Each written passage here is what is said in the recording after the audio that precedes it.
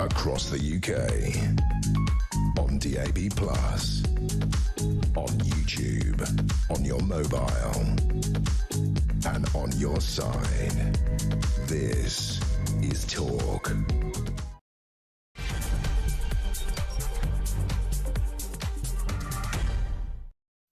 And good afternoon. Yeah, thank you to Julia. Welcome to the home of common sense. We are going to talk about facial recognition. Police could be given access to the UK passport database to help identify iffy suspects. These are under plans to expand facial recognition technology across every city, town and village.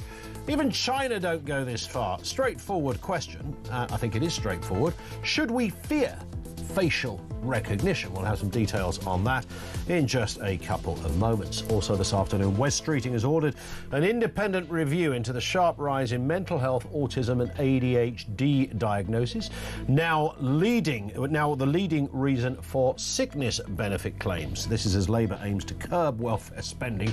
I mean, that's a bit of a joke, because they just put it up by about 16 billion quid. And of course, these diagnoses for these kind of conditions has gone up around about over a million in about 5 years. What the heck is going on? What is happening? Are we all breaking down? Is there something else happening in the world of the spectrum? And Labour has postponed 4 new combined authority mayoral elections until 2028. Now, they say councils need more time to complete their reorganisation. Reform UK and just about every other political party has criticised the move, accusing Starmer of delaying votes to block others' gains. What's the truth of that one? Andrea Jenkins joins us a little later in the programme. Everything you need to know, all the breaking news right here on Talk 0344 499 1000. Let's talk a little bit here about facial recognition and all that goes with it. Should we fear it now that we learned today? And this has been sort of piloted over the last couple of years, but we learned today that police could be given access to Britain's passport database to catch criminals under an expansion of facial recognition technology. Remember, they are talking about every village, every town, every hamlet, if you live in such a place, every city will be filled with cameras, just simply picking out the undesirables. I mean, what's not to like? If there's a wrong 'un walking down the road, if Dodgepot McDougal, who's known for his CV of criminal doom, is having a mooch around the high street, what's wrong with a camera picking out little Dodgepot and alerting the old Bill that there he is, you know that fella you want for all that shoplifting? Yeah, he's walking down outside Boots at the moment. Send the boys down, go and grab him. Well, what's wrong with it? On the face of it, what is wrong with that? Labour, of course, are proposing that police be allowed to compare photos of crime suspects from CCTV, doorbells and dash cams against facial images on government databases, including the passports of 45 million Brits. How are they going to get hold of the doorbell thing? You know, in the States, there are schemes in some areas where you get a free doorbell. I think it's one of the Amazon ones, the Ring doorbell.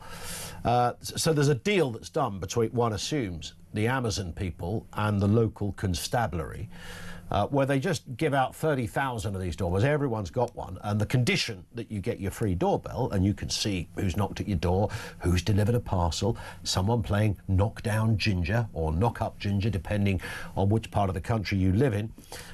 But so can the police. So you can look on your little app and go, oh, look, my parcel's arrived. But the old Bill can also check out your doorbell, and that's the condition you get it for free. It's sort of like a neighbourhood watch scheme. We don't yet do that over here, but you wonder when you read a story like this whether this is the kind of direction of travel. As for your dash cam stuff, again, where would they get that information from? The plan is all part of a Home Office consultation launched today to establish a legal framework for all police forces to use facial recognition technology to catch wanted criminals and crime suspects. Now, it's that latter point, really, the crime suspects, where it sort of falls down, makes you wonder exactly what is going on. If you've got nothing to hide, of course, you've got nothing to fear. That is what they tell us. If you've got nothing to hide, you've got nothing to fear. 0344 499 1000. There are a whole bunch of flaws in the if you've got nothing to hide, you've got nothing to fear. I mean, let's just extend that to its logical conclusion. You've got nothing to hide, you've got nothing to fear. All you have to do, in that case, is stick a camera in every front garden. and it could be facing your door. In fact, you could have two sort of stuck together. One Velcro arrangement, one facing outwards, one facing inwards, so your door is monitored, and all the comings and goings and anything that might happen. If somebody tries to break in, it'll be filmed. And of course you can have the opposite view, the reverse view of somebody on the road looking iffy, either in a car or on foot. If you've got nothing to hide, you've got nothing to fear, right? Stick a camera outside every house. I mean, job done, right? Nobody would want that, because there is a point when we all agree it's an invasion of your privacy. And our relationship with the state should not be based on the idea that all the state have to do is film your every move and log your face. Your face is on a database, not your fingerprint, your face. We've got a database of faces are on there, and it pings every now and again if we think there's a wrong 'un out there. Remember the quote, those who give up essential liberty to purchase a little temporary safety deserve neither liberty nor safety. Hands up at the back, who said that? Yes, it was indeed Ryland Clark from the X Factor. Benjamin Franklin, of course, was the man. And that, do you know what he said that? Nearly 300 years ago, for goodness sake. Give me liberty over death. There's another one. Can't remember who said that one. But of course, the problem with all of this, as I alluded to Julia, is the balaclava problem. The balaclava problem, where if you are a little bit dicey and a bit dodgy and you're going about your business in the high street and you know the facial recognition cameras are there, what are you going to do? You're going to mask up. You're going to have a balaclava on. You won't be seen. You won't be pinged. They won't get an alert that you're in the place, because they won't be able to see you unless they're going to ban balaclavas. And I don't imagine that. 0344 499 1000. Give me your views on this. For or against? For or against? Should we fear facial recognition? Peter Barnes is with us. God, he sat up quickly when I said that. I said that quite loud. Yeah, a little bit. Peter Barnes! Just checking the like Instagram. back at school. Peter Barnes is with Barnes. He's here. That sounds familiar. Fantastic. Peter Barnes is with us to chew through the fat. Just before you start, it's Patrick Henry who said, "Give Patrick me liberty." Henry, that is it. Yeah. Good work, Patrick Henry. See, I told you just get into school fear mode, and then you're back in it. You're right back there. I can remember the quotations. Yeah, I can do it. The balaclava problem, you name it. Let's have a listen though on this very story, because this is brilliant. I didn't realise this, but Croydon is the first place in the UK to permanently install facial recognition. They're already there. Yeah. It was launched in October. Who knew? How did we not even get a sniff of that at the time? Let's have a listen to the Mayor of Croydon. Down in North End, and it's great to see that today is the first day that the police are using the new static live facial recognition cameras. This is such an important thing that we need in the town centre. I know that so many residents are worried about safety, are worried about security. Live facial recognition is taking criminals off our streets, and it's working here in Croydon. So it's a great day to see that the static cameras are now being used, and this is how we restore pride in Croydon. If this was a satirical show, it would now cut to a scene of President Xi spitting out his wine, going, "They're doing what?" Yeah. I mean, this is extraordinary. It's extraordinary. He said it with such casualness and I did like the positivity. The music in the background of it. Music, it's a great day. A great day for what? To record every citizen. Do we have to start calling each other comrade now? Because I feel like that's now Britain that we live in. But I always point out the fact there's nearly 950,000 cameras in London. Do you feel any safer now than you did before knowing that? I don't. It doesn't mean any difference. Because this is the point, is all criminals do is they alter their behaviour. So what all this, it's just going to catch people who have just maybe broken a small infringement or a small little law. They're going to have the full weight of the law come down on them, whilst smarter, more organised crime is going to just be able to work around it, because you could already do it now. The big problem I have with this is I don't trust the police nor the government or any state institution to have this level of power and access, and we have no idea what they're using it for. You can say that we can have all the safeguards, but the fundamental one is I don't trust anybody anymore, and there is a reason for that. And sorry, I just think this is not. It's not really Orwellian. I think it's beyond that now. I think we're into the realms of parody of it. It's ridiculous what we're living through now, but I'm kind of out of words and descriptions about how bad everything has got. It's a good answer from Barnes. Early doors. But I'm going to throw that quote at you. The other one: if you've got nothing to hide, you've got nothing to fear. I mean, it's such an anti-intellectual position. Yes, it is. Right? Yeah, 100%. But this is, we're looking for intellectual arguments from this government. Yeah, with David Lammy running about. Yeah, let's meet expectations where we can find them. Isn't the problem with it? It's a bit like all of the technology that happened. Stuff that you can't uninvent. So the moment that the kind of CCTV cameras came out, that they were never going to go away, and it's quite a sort of delicious prospect. If you're a business or a shop, you think, well, I keep getting broken into, I'll lob a couple of cameras out there. Now, of course, you can buy them for about 20 quid on Amazon, and they come up on your phone. You can watch your own house all day long if you're that bored, and see the comings and goings. You can't uninvent it. You want to give your kid a phone when they go to school. You say, I feel safer that my kid's got a phone. There's no correlation between a kid's safety and them having a phone whatsoever, other than the fact they might want to lift home because it's raining. That kind of stuff. If they're in real trouble, the phone's hardly ever it's known as the security complex problem. In other words, when you get more secure, what you need is more security to feel even more secure. And it's the same as the industrial complex program. You need bigger weapons because they get bigger weapons and they get bigger weapons. You just compound the problem. You don't actually fix the root thing, which is actually tackling crime. Well, indeed. And the only kind of beneficiaries of this, and the chief recipients, are governments and institutions, because they've then got this beautiful... Governments love a database, don't they? Yes, this government, Britain in particular. Labour to get a Gordon Brown couldn't get out of bed in the morning if there wasn't a new database. Oh yes, 100%. The idea that you can nicely have everything logged and beautiful, almost to the point, I think Gordon wanted to sit there with a joystick. It really, sort of play battleships with citizens. I can't think what it's called, but it's got a name where it's like the concept of a prison, where it's loads of cameras everywhere and it's just one person watching everything. I can't think what it's called, but it does have a name. But it's the idea terrifying. Also, terrifying. Yeah, also known as Britain. But this is this is my bigger problem, is that yet again we're trying to fix the outcome, not fix the problem. So actually what we need is police actually being on the street, not necessarily sat watching CCTV, because again, you don't stop crime, you defer crime. So in other words, it's just going to happen in another place where there isn't a camera. Unless you're going to have cameras literally everywhere, which is probably what they want. You're just going to push it into different areas. Well, of course, nobody invoking the Orwell's 1984 is always seen as the kind of like... I consider it like calling someone a Nazi now, is like using that one. But sometimes you are kind of forced there. And of course, in 1984, they had microphones in bushes and things like that. So they took it a step further. And the issue with this, of course, is that the idea that we are sort of filmed literally wherever we go, and databased and tracked. Somebody said to me ages ago, when the Tories were getting rid of cops, about 20,000 went from 2010, and now they've got some back, that the reason governments have the huge knife crime in London, those kind of things, sexual assaults, is because they know, give it 10 years, all of this will go away, because there won't be any crime, because there can't be any crime, because everybody will be surveyed, everybody will get caught. Throw in facial recognition along with AI, and everything's done and dusted. You don't need cops on the beat. You've got a camera. Because what's also important is we had the thing called the nudge department. It's behavioural altercation. What will people accept? Yeah, and that's the thing, is you actually self-censor. You actually do it because you think you're being watched. They may just announce this and install no new cameras, but people will alter their behaviour because of the announcement. Of that. And this is the strange thing, where reality departs from 1984. We haven't needed the government to install cameras.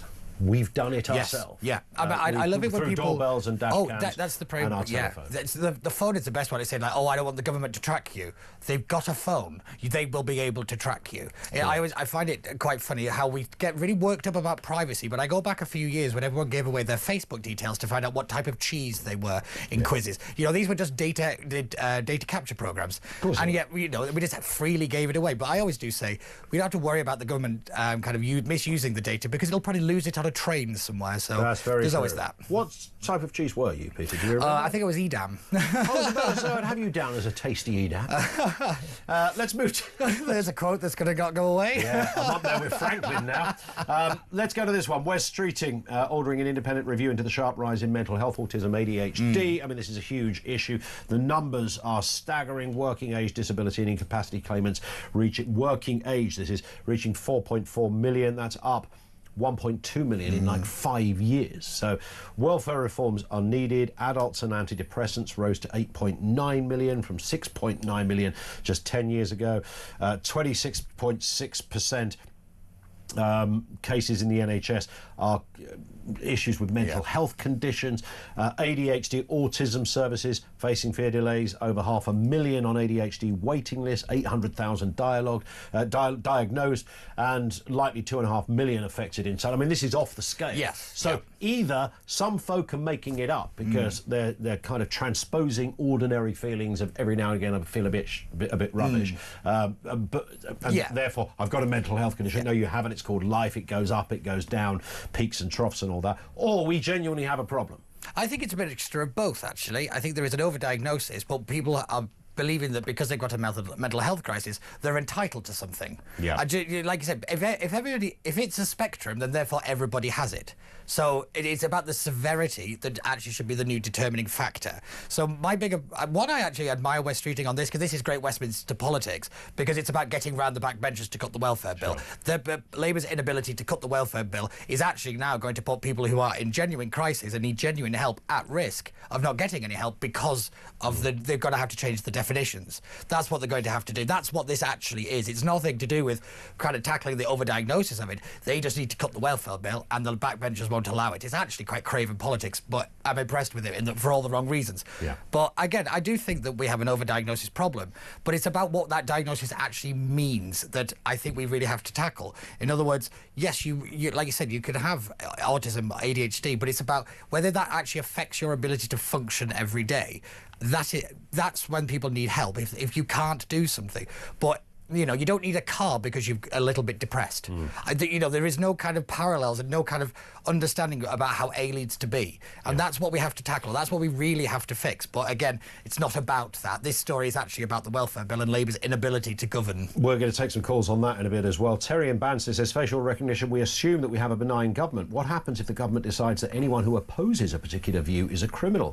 1984 rules. OK, well, of course, we already have, smart facial recognition with digital ID, throw that in there as well.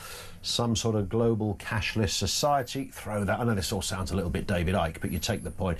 But the thing is, it's not anymore. And then people go to jail for things they said on social media. Yeah. So we already have. There's too much of the pattern for it not to be recognised. 1984 was the sex crime. This is word crimes, and word crimes and crimes against the. I mean, these are the territory. You have to keep this in check. Yes, you really do. Because you could end up. I mean, imagine the Green Party running the country. Who knows? Don't put that out there, Ian. I'm so sorry. Stop. Apologise now. Well, when the leader has a pretend name, Zach Polanski, who thinks you can increase the size of women's breasts just by getting them to breathe. He can't tell you what a woman is, so I think that's a bigger problem. Well, he's not the only one. We'll come to that story in a moment. Peter Barnes is with us. 0344 499 1000. Should we fear facial recognition? Thoughts on that as well. Lines are open, 1:20. This is Talk.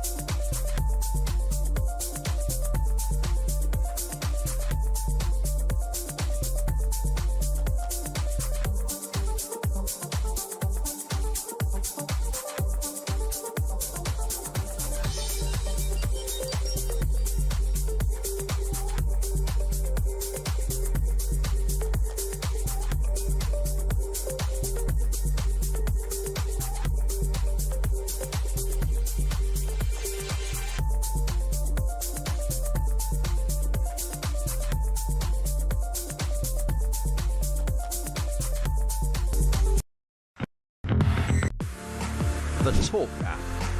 You can watch, catch up and listen to all your favourite shows and podcasts anytime, anywhere, all on the Talk app.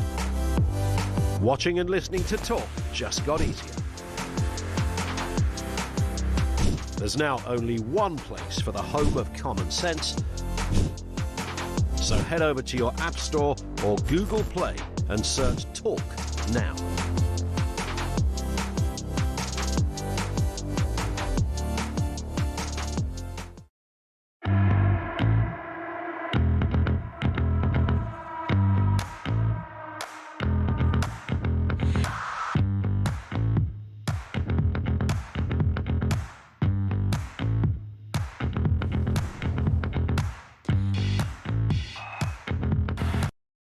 Across the UK, on DAB+, on YouTube, on your mobile, and on your side.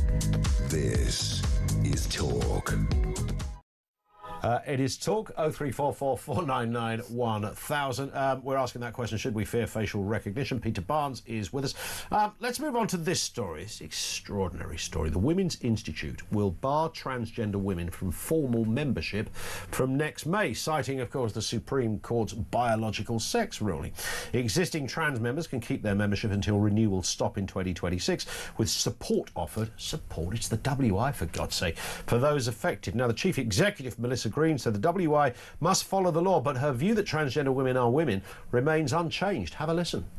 We intend to be clear that whilst the law restricts membership, it's our firm organisational belief that transgender women are women, and it's our commitment to make sure that we continue to demonstrate that. We're a registered charity. We can't break the law.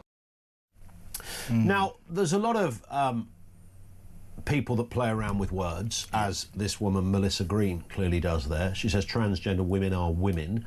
I mean, that is factually incorrect. Yes, science denial. Indeed. However, you know, if somebody wants to call, I genuinely do not care whether somebody wants to call themselves. I resent the idea. In fact, I know that word offensive is a bit dicey around here, but the idea that, oh, you know, this is like the sort of the gay arguments being relived. No, it's not. It's nothing like that at all. But there she's essentially saying that we've got to go with this because of the Supreme Court ruling, but we don't really believe it because transgender women are women, despite the fact that they are not factually women. Yes, so this is my big problem, is you can change the law, but you have to change the culture first. So I made the same argument about the ECHR. You can get rid of the law, but if the people still believe the opposite to what the law is, they're going to find a way to try and get around it or to try to overturn it. They don't believe in the truth. Yes. And this is my big problem. I read the headline, I was like, oh, yay. And then I read what the woman said, I was like, oh, no. And this is the reality, is that we have to start being brutally honest with people, because we've lived in a world in which you can have my truth. We're living in the consequences of post-truth, and it's not about kind of everybody being nice to each other. It's now just about denying reality because we don't like it. And the ones around the trans stuff, it's one of those things where I always thought the pronouns argument was actually the one where we should have been more forceful and said no, because it was a floodgate moment. We gave a little inch, they took 10 miles. And now we're in the situation where this is where we are. Because we weren't strong enough to say, you can call yourself whatever you want, but you don't get to tell me what to call you. That we never made that argument strong enough, and we made it about being polite and being nice and not being offensive, when really what we allowed was people to indulge. And then when they indulged, they then, you know, became too used to it, and it got out of control. And I always thought that, look, I don't know a lot about the Women's Institute. It might surprise you to know, Peter. If I was on Mastermind, it wouldn't be my specialist subject. I know they like cake, and I know they sing Jam in Jerusalem, that Jam in Jerusalem. It's exactly that. I would imagine, though, that given that it's girls only, and I love the fact that it's girls only, I think you can have girls only, boys only. It doesn't matter whether you're gay, straight, bi, anything else, that's fine. But, you know, you've got to be a female to be part of the WI. I would imagine. I think there's been one male member, if I remember rightly. I don't know why I know that, but I think there was one male that was that was given a raffle or something. I can't remember. I think it was a very long time ago, but I do think there was one person that was. But the Women's Institute, when it was originally formed, was about supporting young mothers. It was about actually women helping each other who had, you know, trying to be, you know, when they've got kids and the fathers at work, everything. balance everything. Yep. It was a support structure, and I think that's incredibly important. I think we denigrated a lot of those groups, and you know, they got taken over or captured either side of the political aisle.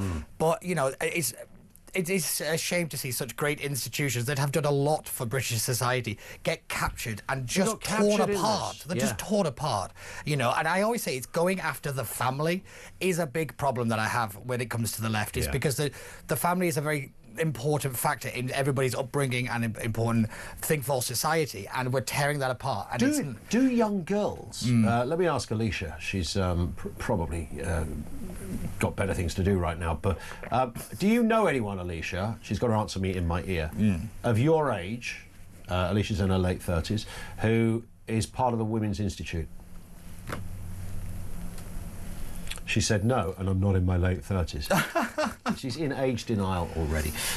So there it is. I mean, it's very simple stuff, isn't it? You know, girls get together, they talk about stuff that affects women and, you know, all the sort of issues around it, like you say, it's original. But the WI still recognise that a trans woman is a woman. So. Yeah, it's the same with Women's Hour on the BBC. Do you know, it was a groundbreaking programme. That's where that clip came from. Oh, is it actually? Yeah, of course bizarrely, yeah. But this was the point. When you have a trans person as Woman of the Year and this kind of stuff, it's about sidelining women, and I find a lot of the trans argument to be deeply misogynistic because it's a kind of stereotype of women, and you've got long hair and lipstick. Exactly, you know. and I'm like, women are, individuals are much more complex than, you know, that they cry every day or something. Which that Dylan Mulvaney, who cost Budweiser, you know, billions, that was just a joke. That bloke. Yeah, but he made they made a lot of money out of it. He made a lot of money. It cost a lot of people a lot of money, and he made like a lot of money. Budweiser cost them a lot of money as well. A lot. Very bizarre. Final one here, Peter. Labour announcing they are, I mean, this is all shades of interesting, announcing they're postponing 4 of the new combined authority mayoral elections. They should have been happening next May, when there's a whole raft of elections going on. They postpone them till 2028, saying that councils need more time to complete their reorganisation. Reform UK have slammed Keir Starmer, accusing him of delaying votes to stop us winning, they say. However, there was an urgent question today in Parliament on this. Let's have a listen to the Labour MP, Miata Farnbula, who insists it's because councils simply need more time to reorganise. Have a listen. But, these are inaugural mayoral elections. They are inaugural mayoral elections. The elections are predicated on us laying a statutory instrument, which we are still to lay, and us having the consent of constituent authorities. And it is absolutely right that we take stock of where we are and the process that we're asking places to get through to ensure that at the end of this, we have strong unitary councils who are going through that process of reorganisation, we have strong strategic authorities, and then we have a mayor. I think that is absolutely the right and rational decision. So that's one of the ministers in the Labour front bench answering that no, it's not about trying to avoid a massive kicking at the elections. There are organisational matters. Peter. Yes, I'd say this is like Kafka's trial, but David Lammy took away the right to a trial, so there's a big problem there. Have you not noticed that we don't have the right to say what we want? We don't have the right to go where we want because of paper mail. We now don't have the right to vote because that's been taken away from us. We don't have the right to a jury trial. That's been taken away from us. They've changed abortion laws. They might bring in assisted suicide. This government has made more significant changes to British culture and society and the legal structure than I can ever remember. And they've done it all without a mandate. None of this was in any manifesto. They didn't stand on any of it. And that's a big problem. And unfortunately, there's not a lot we could do about it till the next general election. And again, they get to decide when it is. My other problem with this is not about Nigel Farage's ego, I'm afraid. This is not about Reform UK. This is actually about the Labour Party trying to stay together. Because if you realise that you're a one-term backbencher, you're not going to start pay attention to the Labour Party chiefs anymore. You're not scared of the whips because what are they going to do? You don't have a career after the next general election. This is actually about keeping Labour in line because there will be a lightning rod moment with these elections in that area because they'll say, oh, well, the writing's on the wall, we're going to lose. I don't have to pay attention to you anymore. This, as much as Nigel Farage thinks it's about him, it's for once it's actually not. Yeah, very true. This affects everybody. And it's interesting, if you've got all political parties saying, sorry, this is all shades of wrong, then there's probably something very wrong. I have to admit, when Jeremy Corbyn and Nigel Farage agree with something, you have to start paying attention to it. Correct.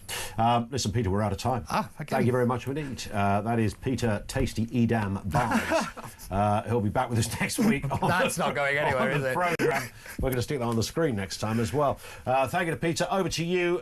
Should we fear facial recognition? A couple of guests coming up in a few moments as well. We're going to be speaking to Mike Neville, of course, former Met Police Detective Chief Inspector, and James Melville, friend of the show, social political commentator who's always got a lot to say on things like facial recognition, all coming up next on Talk.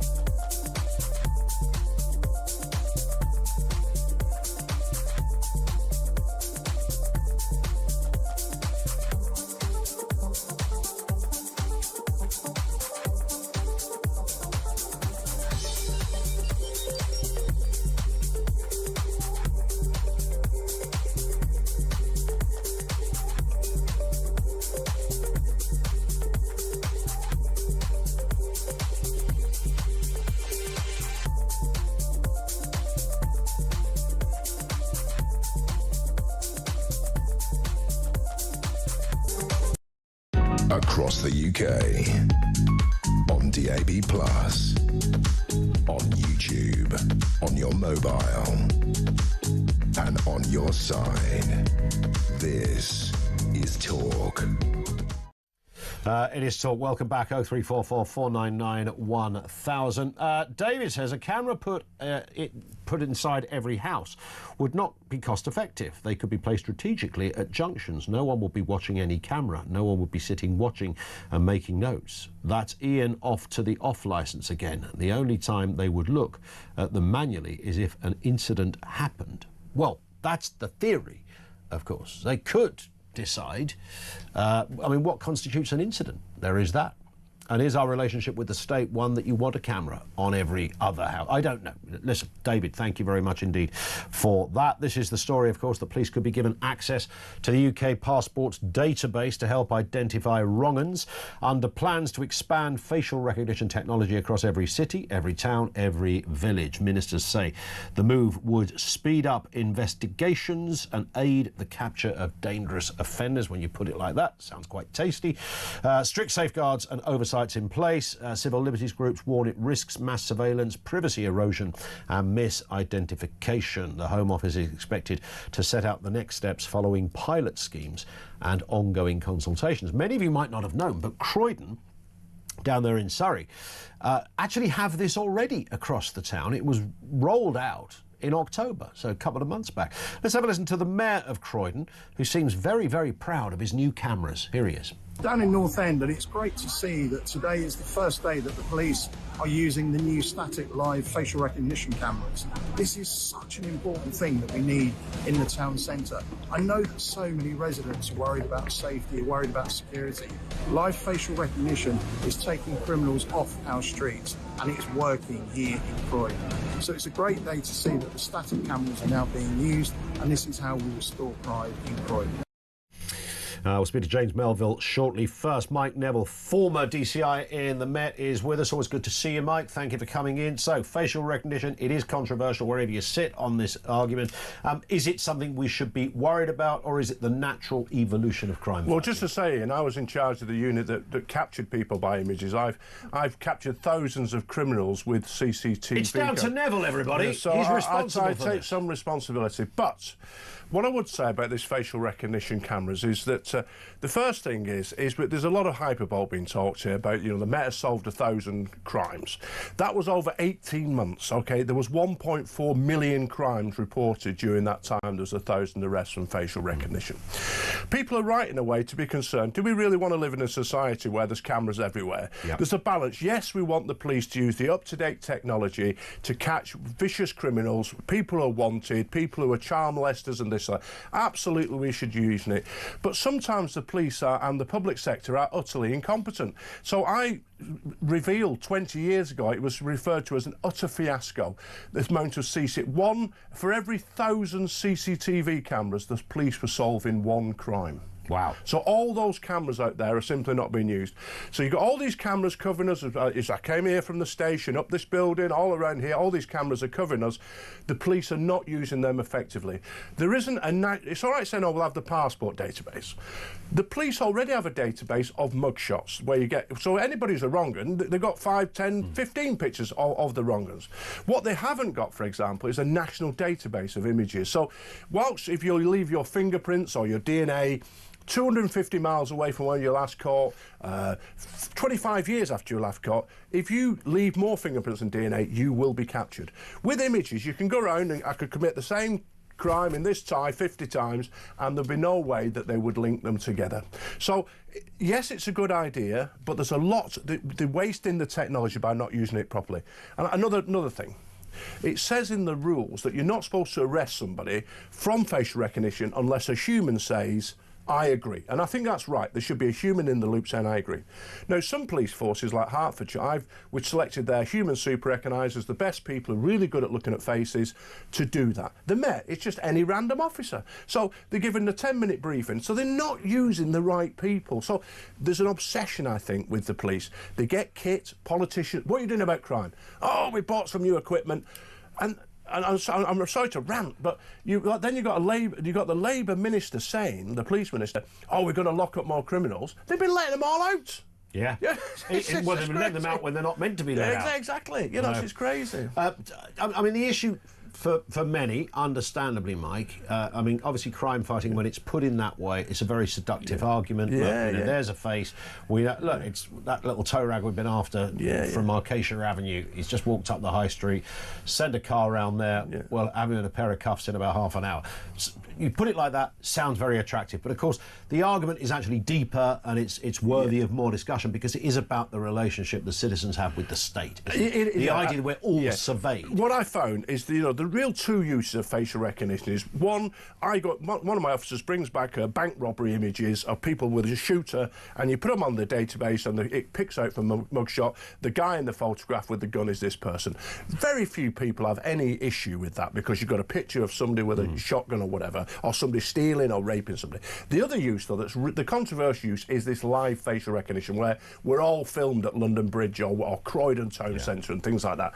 That's where people really object. And this is why the police, number one, they should be using it to target the most prolific and violent crimes only. But the number two, they should be using the right people to verify it because it's so controversial. They don't want to make mistakes, but they still bodge it because it's a public sector management at its worst. No, of course, but it might be argued that, look, AI is coming around the tracks at about 1,000 miles an hour. You factor that into this, then, some of those errors, human errors, will disappear because AI will be so good. But the human always has to do it, Ian. That's the law. Well, at the moment. But we'll do it. But the law says this. Do we really want to live in a society where a computer says arrest this man? I would say no. I think a human has to be... But isn't that the direction of travel here? Well, it may be the direction of travel. We've got digitalised ID, stuff you say on social media that might be a bit iffy. You could go to jail. You're being photographed wherever you go. Well, what you got is the other balance here. You've got people who, yes, put it everywhere, arrest everybody. The same people are then complaining, and I complain about two-tier policing, because who is it going to target? We've got to be really careful how we use these things. Yes, it's right. Child molesters, terrorists, people who are likely to use violence with knives and guns, they're the ones who should be targeted by this. But it should be done in a really controlled way, the right humans involved with the right guidelines, so we know it's targeting bad people, because too often these things creep into dealing with, because look at CCTV in, yeah? It was set up to deal with crime. However, what does it catch most? Motorist, because that's an easy peasy. You get robbed down here with your wallet stolen, the police may or may not get the image. You park your car in the wrong part of the London Bridge, and they'll get you and they'll have 200 notes off you. That's the danger. Indeed. Mike, great to see you again. Thank you. Mike Neville, former DCI with the Mets. Thank you to him. Lots to be said on this. Over to you. 03444991000. Let's get a word from James Melville, social and political commentator. Afternoon to you, James. Hi, Ian, you well? I'm all right, yeah. Some people say to me, you just hate cameras, you're cameraist. Some of my best equipment are cameras. You're not against cameras either. We're talking on one right now, of course. But it's the implementation of them, James, and this is certainly an area that takes surveillance to a whole new level. Yeah, I mean, it's the mission creep of digitalisation of everything. I know, a surveillance culture. I've long argued that possibly we should be getting more surveillance on our politicians rather than them having the ways and means to sort of snoop on us. But it also goes wider within the relationship between the state and the public. Correct. It seems to be changing around digitalisation. Now, I'm all for, law and order and the police doing what they can to catch criminals, but it's a bit like digital ID. There's concerns about liberty, freedom, mishaps, the information getting in the wrong hands, or, the wrong people getting caught up in this unfairly. And then overuse of technology, when actually there's possibly other solutions we could do. We could have more, I suppose, bobbies on the beat. We could actually look at the causes of crime. We could actually look at specific areas in terms of what the police need. But my concern with this is pretty similar to the concern I've talked about in other things, whether it's to do with vaccine passports, digital ID, mandatory digital ID, online safety acts and so on. It seems to me that the state is now indulging in a massive and sweeping digitalisation overreach with more than a whiff of authoritarianism. And what's left at the end of this? Because it starts with one thing with good intentions for safety and convenience, and it ends up somewhere else. We've seen this before. And we have to tread very, very carefully on this sort of aspect, not just on facial recognition, but on other aspects such as digital ID. And personally, I'm concerned about where this goes, because history has taught us when we start wrapping ourselves around the great mantras of safety and convenience as authorised by our politicians and big state, it doesn't necessarily end up very well. Yeah, and that's the problem, isn't it? And I know some people sort of say, you've got your tinfoil hat on when you talk about this, and I've had about 10 messages on X already on that very point. Don't worry about it, this is about catching bad people. But I think the fundamental question about our relationship with the state is not a kind of... that shouldn't be under any other business. I mean, that's right at the top of this discussion. What it means for our rights, what it means in terms of our privacy. And of course, it might not... I know it's often a point that's often made, James. I mean, it might not be this government or the next one, but it could be the one after that's a little shady in this, although this one, frankly, I wouldn't trust out the back mowing the grass. But you take the point. You could get something horrendous coming around the corner. You might have Zach Polanski running the show, in which case, stand by for God knows how many cameras, because I'm sure he's probably wedded to the idea of the state knowing what its citizens are doing. And that's the point, isn't it? It's a fundamental point. It's not a romantic sort of notion of, it's all a bit of a tradition, we're all nice and free. It's crucial to our existence, and in fact crucial to the point that wars have been fought over this. People have died for those freedoms. It is that. I mean, this is something I've been expressing a lot of concern about pretty much since the COVID era onwards, and I think digitalisation is the aspect that gives a lot of concern, because they can do a lot of things with it in terms of control. Now, my sort of belief that the state, there should be less state but better state, and they should be serving the people rather than ruling the people. And I think the problem with the surveillance culture that's creeping in all areas is it gives a whiff of authoritarianism. You don't know where it ends up. And as I said before, it warps the relationship between state control and individual liberty and freedom. You know, ultimately, we're paying their wages. We're paying for this technology. So therefore, we as stakeholders to this should have a say. A lot of this stuff, not just on this, but on other things like digital ID, not much of it was in various party political manifestos. True. And yet we end up down this road where governments are not listening to the people. They're serving for their own interests and their own intent. A lot of this, in terms of digital technology, it goes obviously to corporate contracts as well. So we're paying for it in terms of the overall setup and the procurement procedure, but also the contracts as well. And ultimately, where does it go in 5 years' time? What is it used for? And the problem is, once the horse is bolted, it's difficult to get it back. Of course it is. Changes our culture and it changes our relationship with not just the state, but also the public sector generally. Exactly that. And, you know, you can't uninvent it. And, you know, the systems just love to evolve and go further and deeper. I don't know, maybe we'll get microphones in bushes at some point, just in case a wrong 'un turns up in the middle of the night. The scenario that is often offered on this is, what would you do if they could prove that facial ID, digital ID, facial recognition, between those two things will solve 100% of crime in the next 10? There will be no crime. What is the answer if that is the case?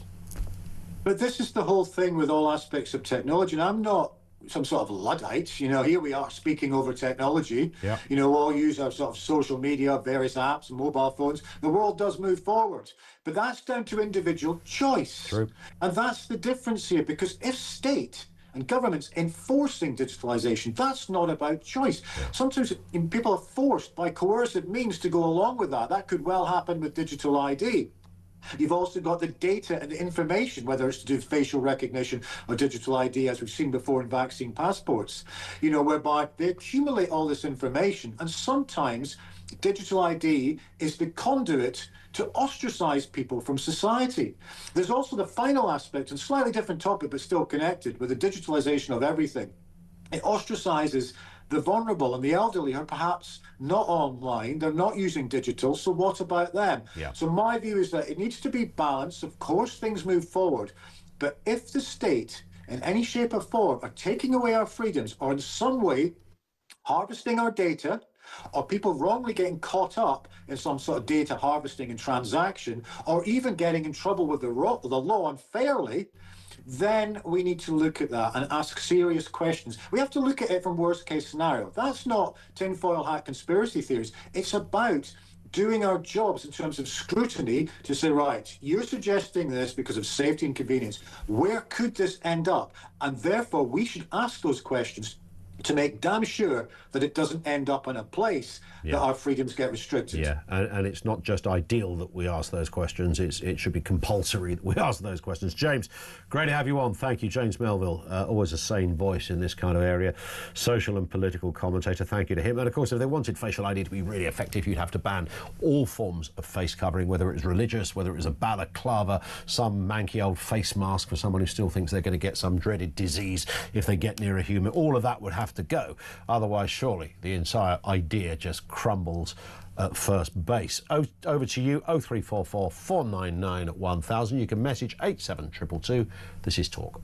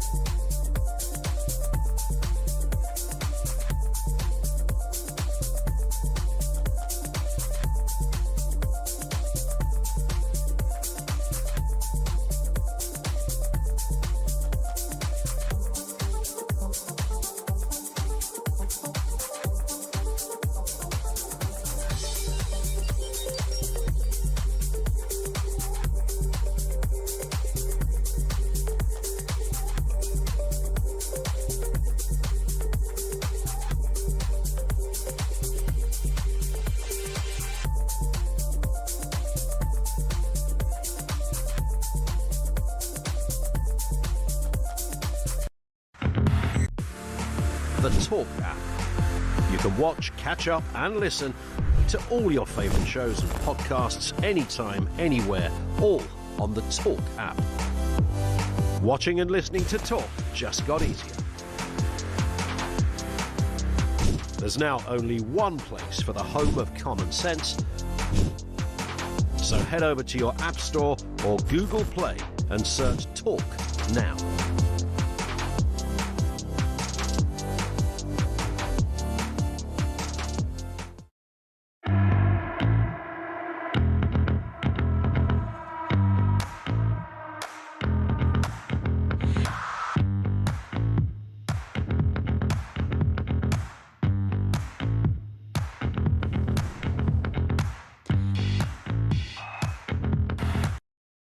Across the UK, on DAB+, on YouTube, on your mobile, and on your side. This is Talk. It is Talk, 0344 499 1000. Mark in Doncaster makes the point that I was just talking about here. Surely we need a ban on all types of face coverings, religious or otherwise, before this facial recognition camera nonsense can be rolled out. Or are we putting the cart before the horse? Great show. So thank you, Mark, for that. Yeah, I mean, it would be, surely the whole thing falls flat if you don't ban face covering.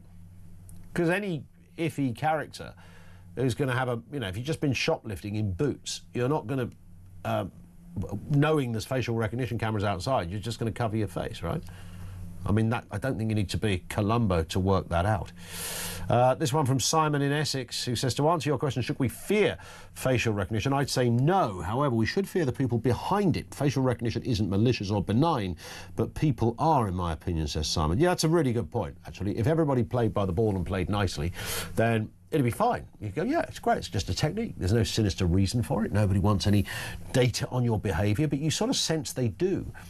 Big corporations, by the way, would quite like to get their eyes on what you're doing in the high street. Because once they can work out your behaviour, oh, look, you went into that shop and then into that shop, and they do this regularly, so we can fire a load of, you know, information in their direction because we know who they are, because the digital ID is connected to the facial rec, and on it goes. These are questions you should ask. Kevin is in Dorset. How are you doing, Kevin? Nice to talk to you again. And you too, Kev. What have you got for us? Okay, I'll try and bang them out as quick as I can. So, surveillance in general and the whole idea of crime, obviously, is a good idea. We all agree on that. That's an easy one. So, first of all, we have databases. Over the years, Northern Ireland, Afghanistan, MOD, police, all have leaked, all have left out big loads of information on people, really caused massive problems for people, which has caused people to be at threat and at harm. You then say to yourself, well, if you make these databases with faces, we have databases with bank details. People have already hacked those loads of times. Loads of banks have been hacked. And what happens? Everybody has to change their account, change their accounts, change their details. You can't change your face. No. Well, you can surgically, of course, but that's a bit of a faff. Yeah, there'll be a lot of people making money out of face changes, maybe. Yeah, balaclavas and face changes. That's what's going to happen. So then we go into the criminal activity itself. They will find a way into this. They will use this. If you're looking at people in top security positions, they will have a face of them if they hack the system. They know where they live. They have absolutely all the details. People will be bumped off easily. You've already got people protesting in the streets, and I don't like to say it, the religious ones, if you get where I'm coming from, all masked up. Absolutely fine, yes, you carry on. You just carry on doing what you want to do. So what are you going to do? You're going to make all those people not protest without their masks on? Because it seems to be the way. We then look at how it's going to be used. If you've got cameras everywhere on people's doorsteps and facial recognition, we've already seen loads of arrests of people done by this government for peacefully protesting, doing actually nothing wrong. That's a great point, you see. That's a really good point. They're just on a protest, but they then get put on a... Because at the moment, they're saying, we're just going to catch the bad people. We'll compare and contrast the wanted with those that ping on the computer. Now, that's day one. Day two, what are you going to do next? Well, what about protesters? That's a good... Let's have a separate file for protesters. Absolutely. And the thing is, whilst we all want to serve in a normal manner and be positive like you and I and most other people in this country, it is the only way you ever make something bulletproof is you must think badly and what can come of this if misused. That's exactly, you absolutely have to think, and it's not conspiratorial. It is almost your duty as a citizen to ponder and consider that question. I've got to move, Kevin, for time. Thank you for that. Joanne is in Sussex. On this issue, you work in the security space, I understand, Joanne. Hi. Yes, I work as a security officer on all different levels. Okay. And it is handy to have facial recognition. However, there are ways people can easily defeat it, which I'm not going to tell you. Well, it can be defeated. Can it? Well, you mean in addition to things like balaclavas and masks? Oh, yeah. Not those. There are other ways which you can, and you can easily fool it. Wow. So it would It is not foolproof. I mean, when you're working on a pub door, you get the pub watch list, which they say this person's banned for drugs, this person's banned for public order, violent conduct. Yep. And I'm not going to name the county that I used to work, but there was one county, it was the size of an old Yellow Pages for London. Wow. And we were expected to memorise. To be able to memorise it. Face and for what offence? And there is no way you can physically do that in the short space of time when you're presented with it. It's not possible. But in which case does facial ID, would you welcome it then? Because supposedly if this thing kicks in, it would do all of that with the kind of speed that they currently read a registration number. It would help where pub doors are concerned, but you've always got the problem that you could have somebody in the industry who wants to get paid backhanders on the quiet to abuse it. And although you didn't reveal how, I suppose I could put a bit of lippy on and some eyelashes, maybe. That might kind of slightly address the problem. Joanne, thank you very much indeed for that. It could be abused. One from Derek. There should be no worries about facial recognition technology because we've had the system with police number plate recognition for years, but so many of the hits are ignored because there are no police to follow them up. That would potentially be a problem. 0344 499 1000. Drop us a voice note there as well, or message 87222. Let's get the news now at 2.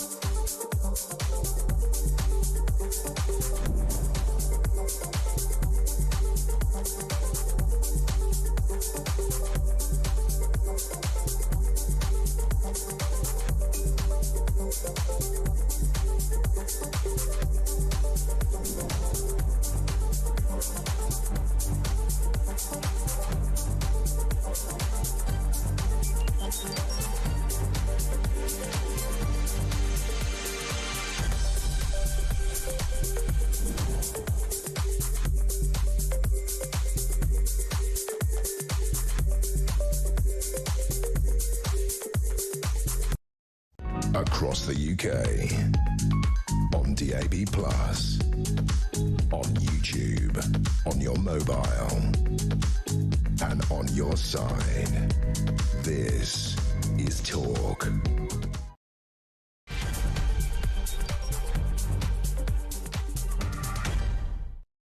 3 minutes after 2 o'clock. Yeah, welcome back home at Common Sense. Wes Streeting has ordered an independent review into the sharp rise in mental health, ADHD and autism diagnosis. Now, the leading reason for sickness benefit claims. This is as Labour apparently aims to curb welfare spending. I mean, that's a bit of a joke in itself, given that they just put it up by £16 billion a week ago. We'll look more into that detail. What is behind those, certainly, whatever angle you come at this from, disturbing figures. Also this afternoon, police could be given access to UK's passport database to help identify suspects under plans to expand facial recognition technology. This could be across every city, every town and every village. We've been discussing this in the last hour. We'll continue to take your calls. Very straightforward question. Should we fear facial recognition? And something we touched on yesterday and said we would follow this up. Australia will ban under 16s from social media within a week, from December the 10th, leading Meta and others to remove hundreds of thousands of teen accounts over safety concerns. This is as the UK weighs similar measures. The founder of Smartphone Free Childhood will join us a little later to discuss the implications of this. How do you make your kids' phones safe? Well, I suppose not buy them one in the first place would be one answer. That's easier said than done, kids, as any parent knows. 0344 499 1000. This one in from Dunk, who says, I'm not afraid, nor having nothing to hide by government using facial ID. However, how will this work with the dinghy people coming over with no ID? Well, that's a very good point. And how will it work for people who've done nothing wrong but kind of get swept up in a melee? I don't know, there's a protest going on, the digital ID system kicks in, they say, oh, there's a well-known protester who is known for kicking off, but they're in 2,000 people. Can it do it accurate? Will somebody else get swept up in that? Will the digital ID only be used to look for known and active criminals? Arguably, this will be the defence for those advancing digital ID. That's precisely what it's for. But of course, people who invent this kind of stuff, the kind of whiz kids in Silicon Valley and beyond, are always fine-tuning and looking for other applications. What is the next one?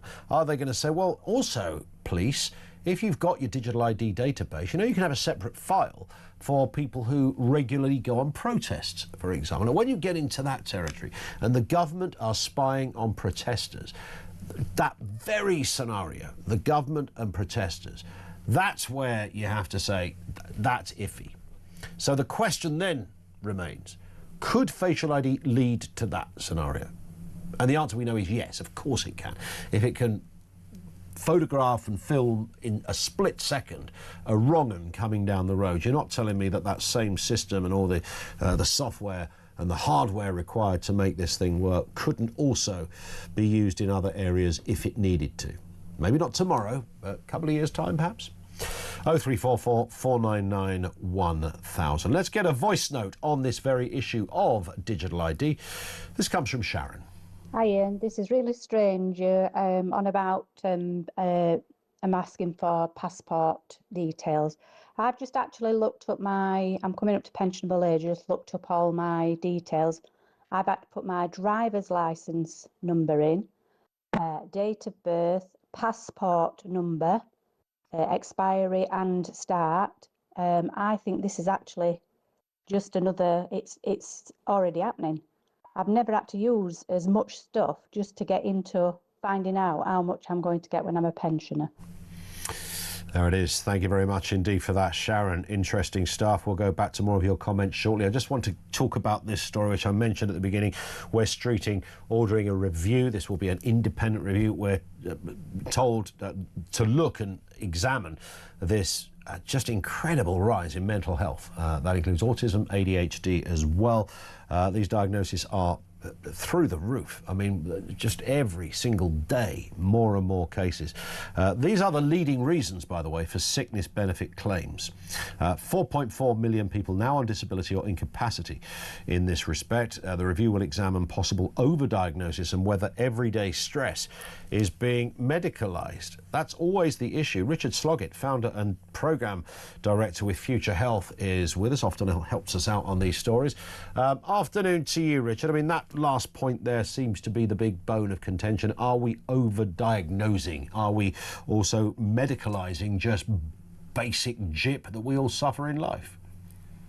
Yeah, nice to be back on here. And I think, as you say, we've seen a real jump in the number of cases for mental health conditions. I think it's gone up by something like a quarter in the last 20 years, and the ADHD cases in particular have doubled. So I think the Health Secretary saying he's going to have a look at this is welcome. It's going to be coming at from a clinical lens. So we're going to get some doctors and others looking at this and saying, look, are we getting this right? Because that is a significant rise. Now, some people will say, look, modern life is very, very stressful. There's lots of different sort of moving parts and factors and things that we didn't necessarily have in the past. But these numbers are really concerning. The welfare bill is rising and we're struggling to afford it.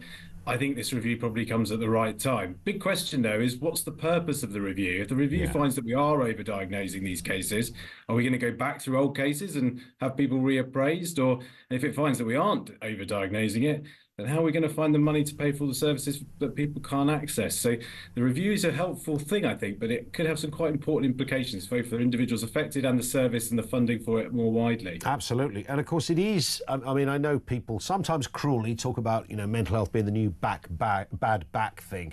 And I understand where that comes from, but it is very hard to diagnose it. We talk about, misdiagnosing and sometimes people, including medics, just simply transposing everyday stresses for, something more.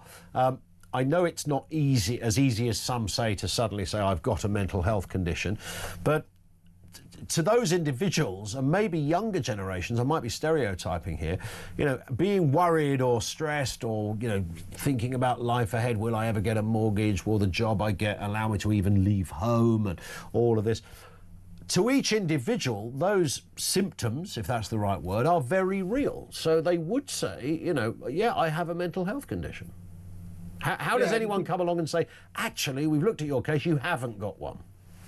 Yeah, and I think one of the things that we have done, which has been a real success, is we have destigmatized people coming forward to say that they have a mental health problem. And I think that is a good thing. I think people saying that they're not feeling as well mentally as they could be, I think is a positive development, which we've seen in recent times. However, there is a case that where is the right balance to be struck? Now, there was a piece of work that was done recently, I think you will have covered it on your show, which was a review done by the former head of John Lewis about how you keep people in work healthy and what employers can do. But one of the real things that Charlie Mayfield, who's the guy who wrote the review, said was there is a responsibility on employees as well as employers and the government to look after themselves and to make sure that they're, well. It's not just the responsibility of the state and others to do so.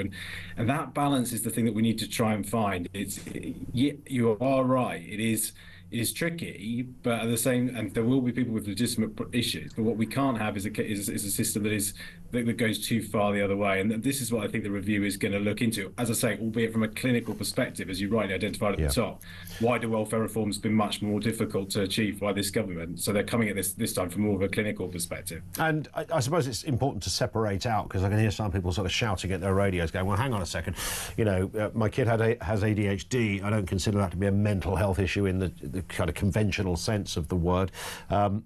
And this is very real, but of course there's a huge increase in those areas as well. I mean, are we just living in a society where we're having kids that are growing up in a weird and very different world, and therefore some of them are susceptible to it? Is it predisposed?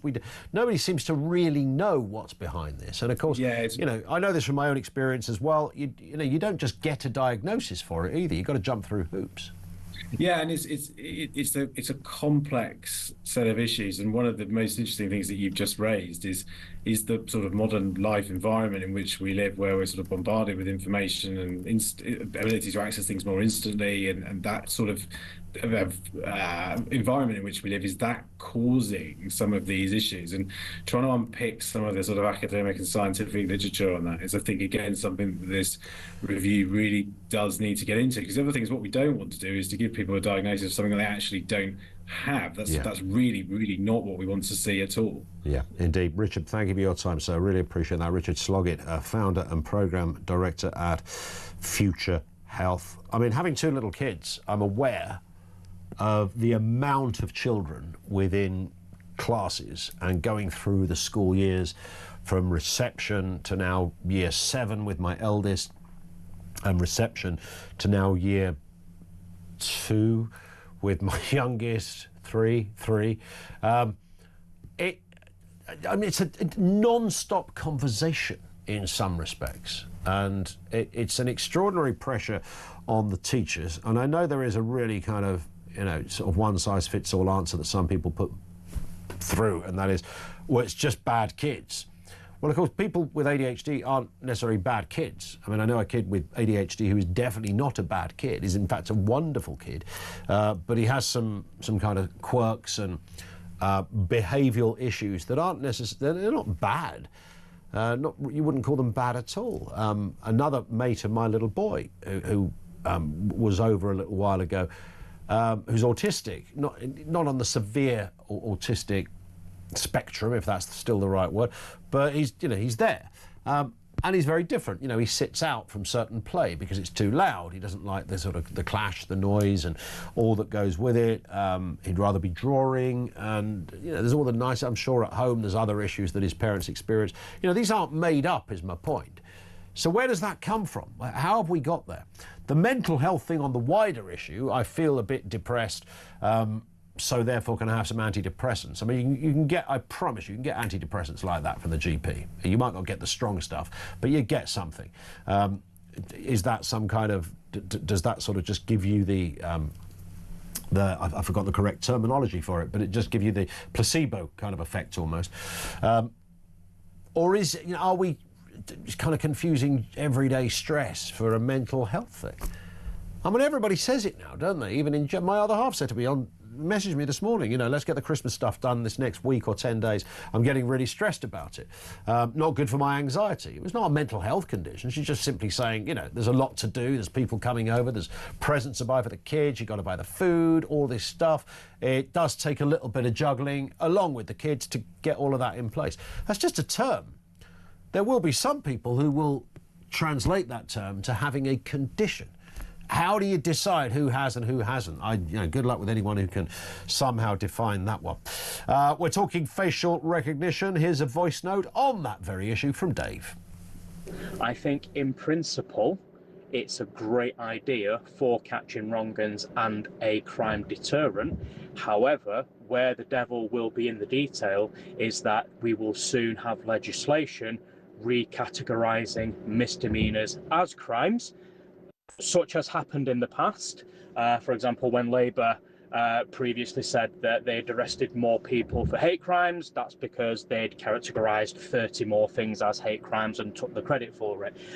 So yes, I think it could be a good idea to deter criminal activity and to catch and speed up investigations, etc., etc. However, after that, the recategorisation of criminals and crime acts itself is where you would come unstuck, and where this would then be used as an authoritarian state.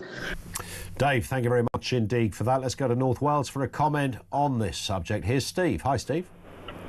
Hi. Hello. Thanks for having me on. Pleasure. What are your thoughts? I just want to say, it's not so much what this government will do, perhaps not even what the next government will do with it.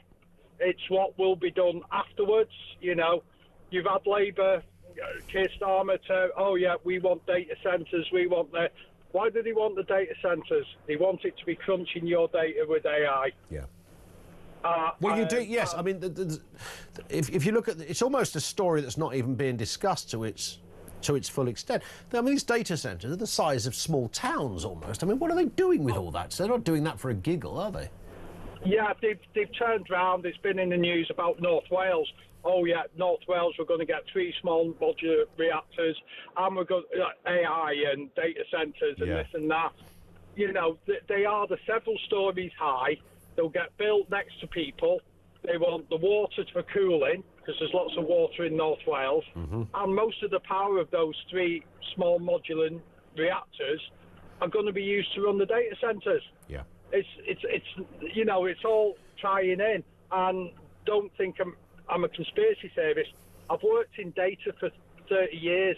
I've worked on government projects. I've worked, you know, designed government systems. I know what the art of the possible is. Yeah. When it comes to this. Yes, that's a very good point, Steve. Thank you very much indeed. The art of the possible. That's how we need to frame the kind of discussion on this. You know, what could it be used for? Do we need it as well? I mean, that's I keep coming back to that thing about driverless cars, which to me are... I know technology evolves, and sometimes, and I don't know what the correct terminology is around these conversations, so I'm just thinking this as a bloke on the street. But sometimes things need to be invented to keep economies going, almost. So you might not need it. I mean, I sense that with the green industry. I mean, I don't know whether the green, you know, the Industrial Revolution sort of gave us X, Y, and Z, and a lot of that is kind of now flaking out and dying into new areas. Cars, you know, people have got cars. They not as kind of ambitious about getting that brand spanking new car as they used to be, etc. We almost need, you know, we sort of run out of things to invent.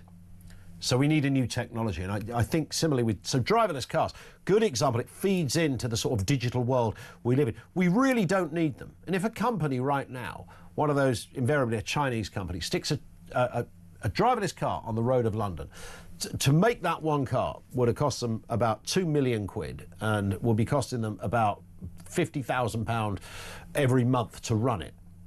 So how long are you going to run that for before it starts to make a profit, before people start jumping in it like it's a cab? You think, really?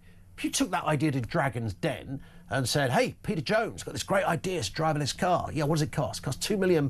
Great. When will it make a profit? Oh, about 10, 12 years. They go, get out of here. You go, really? And by the way, do we need it? We don't really need it. So that's kind of, it sounds therefore a bit conspiratorial, but it's more of an exercise in changing the system, changing the way we behave, changing the way we transport each other from place to place. Do we need it? It's not something like, oh, we've invented a new drug that cures cancer. It's a flipping driverless car. For what? It costs a fortune for the companies to do it. Caroline down in London on that issue of facial recognition. Caroline, what have you got for us? Hi, Ian. Hi. Okay, well, firstly, anything that comes out of any MP's mouth at the moment is a lie. Good rule of thumb. Good rule of thumb, yes. That's where I'm at. But I had a meeting a few weeks ago locally with some police about an area where there's a lot of crime, there's a lot of people going in shops and stealing stuff. Okay. And I had an off the grid sort of conversation with them afterwards, and basically they said to me, the police, it's over. They do so much work to get these crimes, to get these people prosecuted. Some of them they get let go. Yeah. Some of them get 2 months and they're back on the streets. They said the problem they've got is the CPS are not doing anything. And the other point I wanted to raise, I'm not saying all of them. It'd be lovely to have the true data, which we haven't got and we won't get. How many crimes are committed by illegal immigrants, right? Number one. And they don't even know where they are. And why are they not tagged? Why are illegal people coming in this country allowed to go to places like Crowborough and all the rest of it, and they can come out and go wherever they want, and they're not tagged? There's something very dark going on in this country. And what with the jury service, I'm sorry, we are literally living in unbelievable times like never before. Yeah. So I'm sorry, I'm going to start walking out with a mask and sunglasses. That's the way around it. Get out your sunglasses, get the shades out, and stick one of those kind of old, I don't know, Gorbachev masks on or something. That would really confuse them over there. Wow, look, Gorbachev's in Burnley. What's he doing there? He's definitely on our database. 0344 499 1000. Caroline, thank you very much indeed for that. More calls on the way. This is Talk.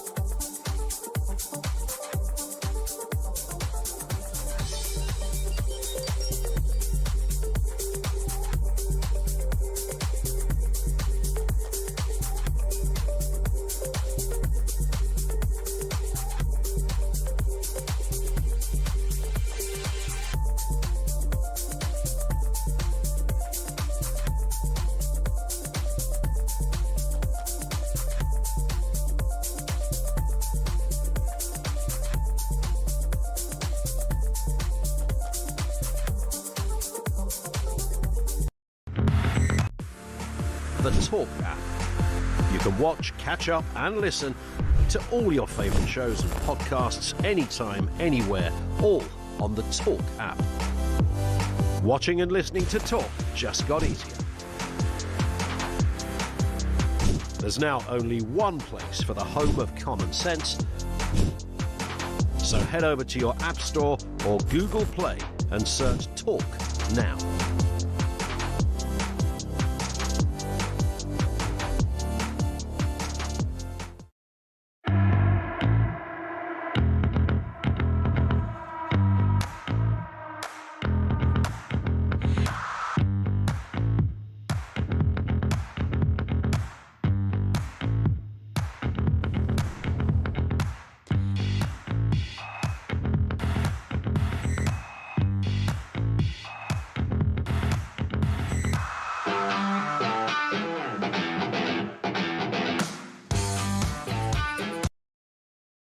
Across the UK, on DAB+, on YouTube, on your mobile, and on your side.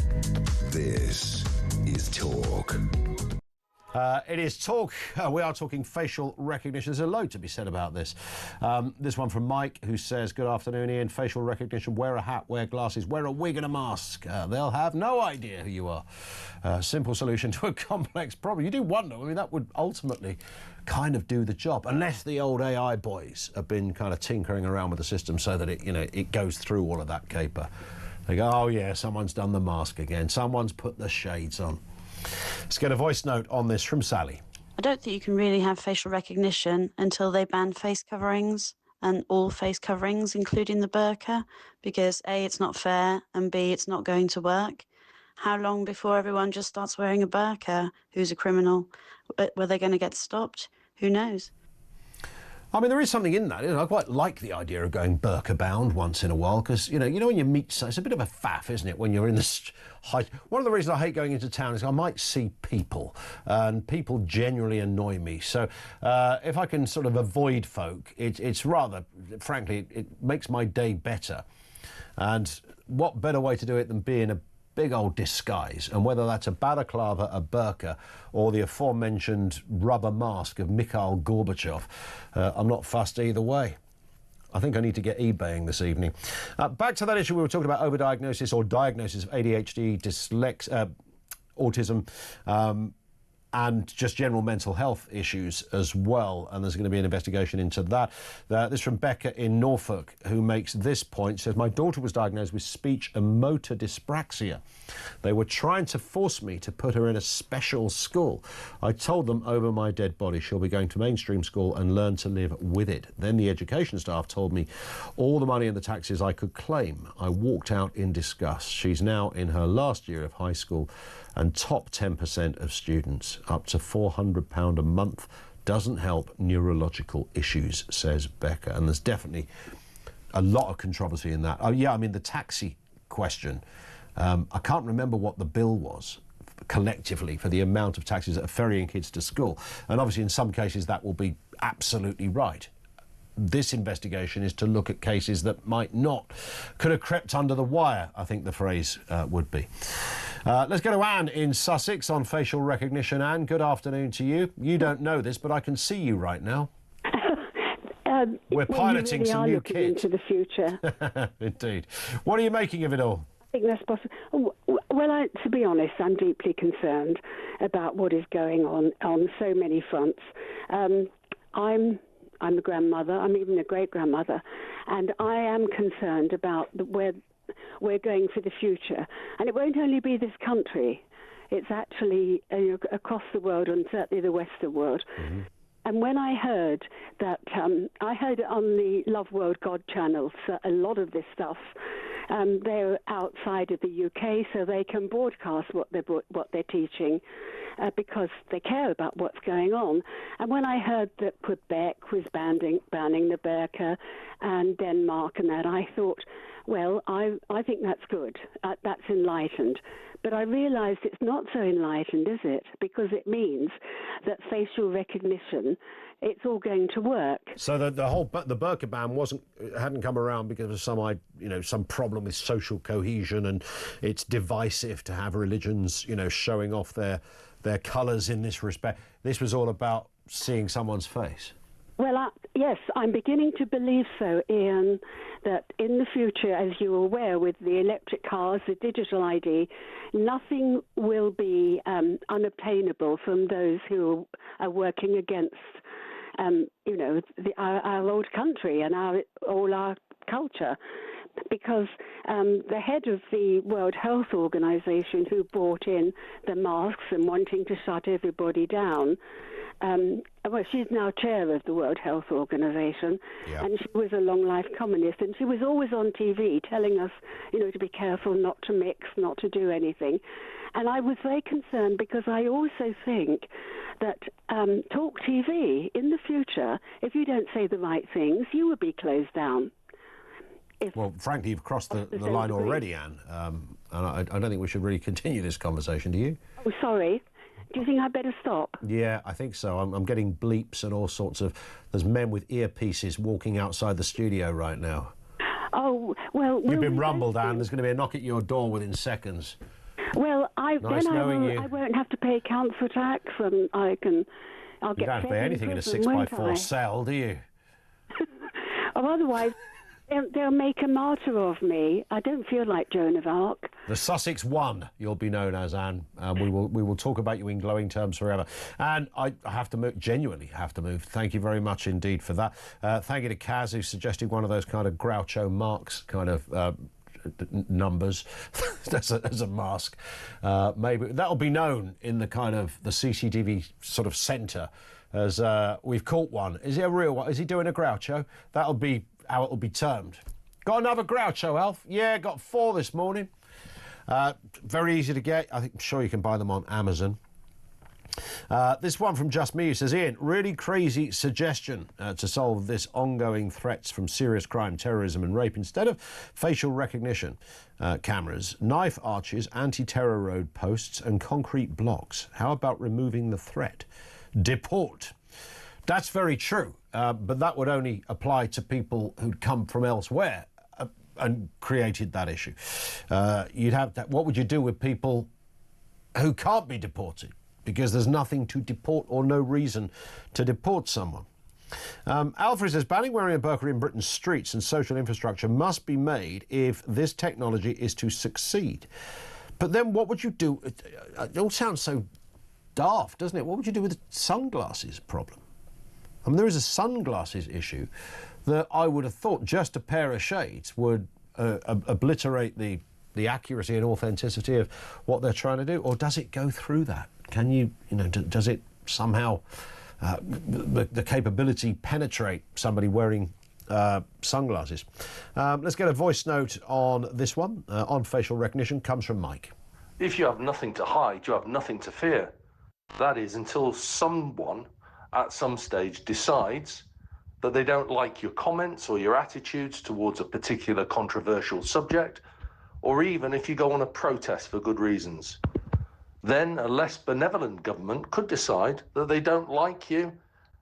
Even though you have broken no laws, you can have a lot of problems come your way. I mean, that's a very real issue. This wouldn't be a real issue if you hadn't seen dozens and dozens, probably hundreds of cases, people getting arrested for things they've written on social media. I mean, there will be, we said this, I think, yesterday, somebody writes, I'm going to kill Alf at number 76 this afternoon at 4 o'clock. That might be worth a visit from Plod if it can be contextualised as what looks like a bit of a threat. There's certain things you couldn't do anywhere, like you can't libel people in newspapers, you can't libel people on social media. Very rarely gets followed up. But we're not really talking about that. We're talking about people who, said something on a WhatsApp group about the school governors at their kids' school. A woman that used the F word as an alternative word for gay man. And got, I think it was 10. Do you know the bit I don't get about that? What's with the 10 cops? It's always 10 cops, isn't it? How did that one area of alleged criminality somehow get put down on the list of, you know, we've got an armed robbery, yeah, we'll send 2 boys out for that one. We've got shoplifting, just send Joan out, she's on the beat down there in the high street. Somebody wrote some words about the school governor on a WhatsApp group, yeah, 12 coppers for that. How did they get to that stage? It would be slightly more understandable if it was one or a community support officer who knocked on your door and said, yeah, apparently you've been making mischief on the WhatsApp. I mean, that would still be horrendous. But so say you can do that, they know who you are because your identity has been authenticated by the social media company, so they can put your photograph out, and if they want to nab you, they'll see you coming out of home base or the range or whatever it is these days, and cop you that way. So there is this web of possibility that's not necessarily desirable in an open and free society. Something else that feeds into this, smartphones as well, or the digitalisation of that, what it means for young kids. Talked about it yesterday. We're going to get a further word on this from the founder of Smartphone-Free Childhood in a moment. If you're a parent and you've got kids and you know all about the smartphone / social media dilemma, you want to be listening next on Talk.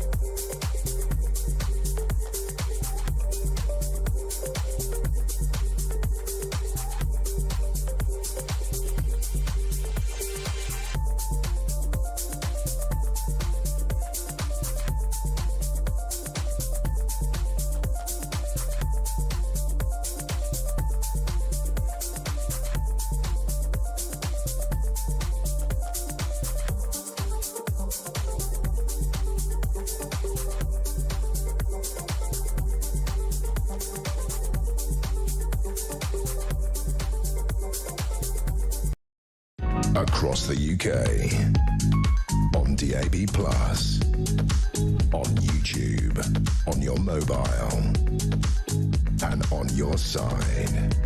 This is Talk. It is Talk, just gone 25 to 3. We talked about this yesterday, Australia's ban on under-16s from social media. This kicks in just shy of a week. This has prompted organisations like Meta to already start removing hundreds of thousands of teen accounts, citing high rates of harmful content, cyberbullying and grooming. As the UK debates whether to adopt similar rules, the company of Smartphone-Free Childhood, a movement encouraging families to delay smartphones and social media, has joined us as well to talk about this very story. And that founder is Daisy Greenwell. Daisy, good afternoon to you. Hi, thank you for having me on. It's a pleasure. Nice to have you with us. I mean, I don't know where to start with this, really. I mean, there's so much to it. I am right at the epicentre of this. Got 2 kids, one 7, one 11. I know all about the smartphone issue and throw iPads into that as well. So social media is one part of the debate. The overarching debate about even owning a smartphone is another, right? Yeah, Totally. I mean, the two are kind of intertwined. Obviously, kids get social media through their smartphones most of all. But all of this stuff is just, it's very new tech. And if you look at the span of human history, this is something that, our parents weren't dealing with this. This is something very new, and it's very hard for parents to manage.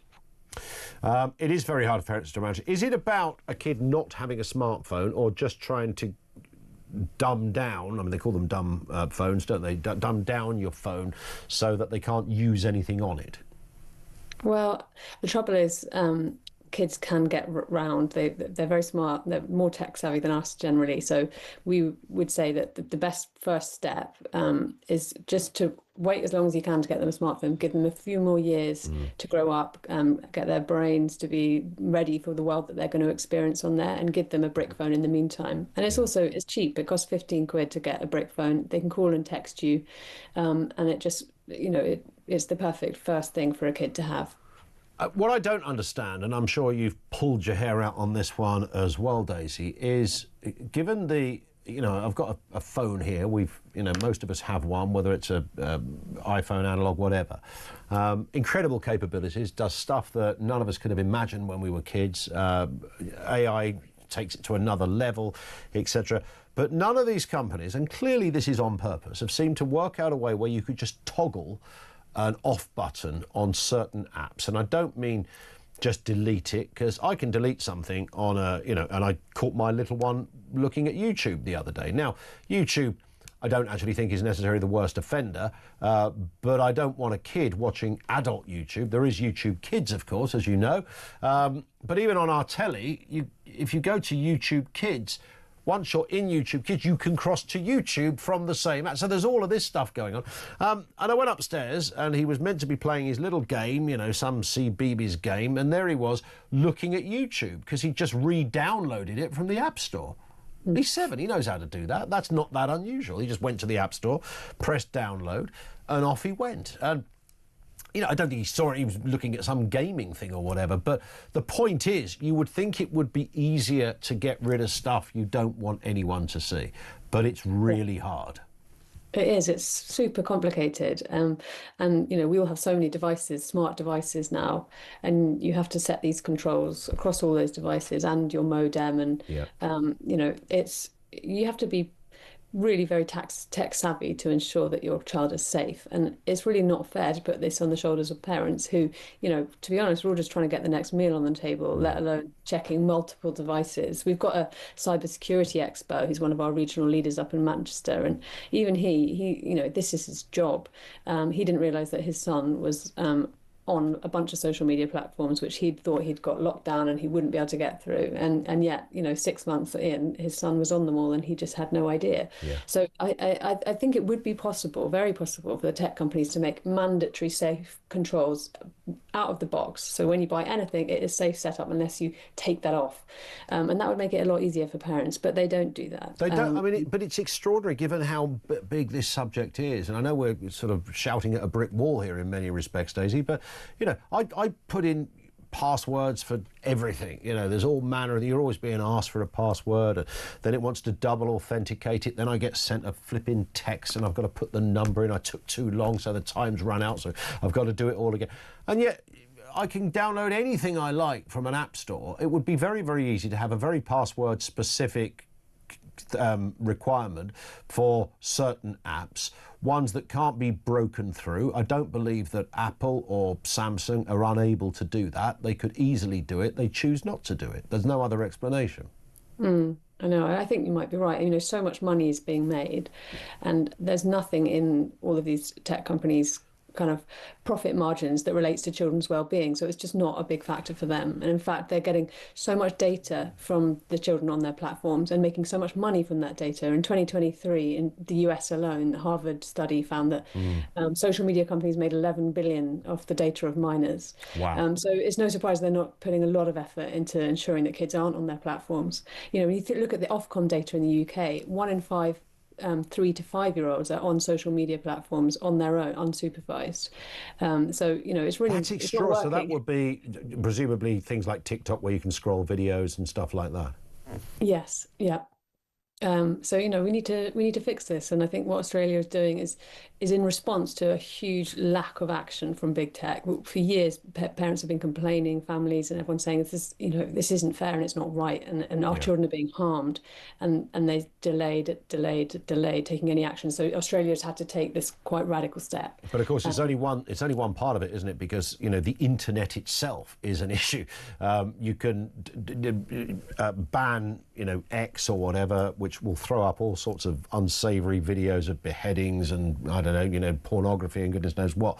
Even if you haven't asked for it, somehow it's just it's there on the feed, and you're looking at what you thought was sort of an innocent little scroll of what people are saying, and then suddenly there's something horrendous that you don't want to see. Kids can see that stuff, but even if you were to get kids off, like the Australian example, you can say, right, we're going to ban them from looking at these videos. If they go onto Safari or Chrome or something, they could just type in beheading video and they'll see one.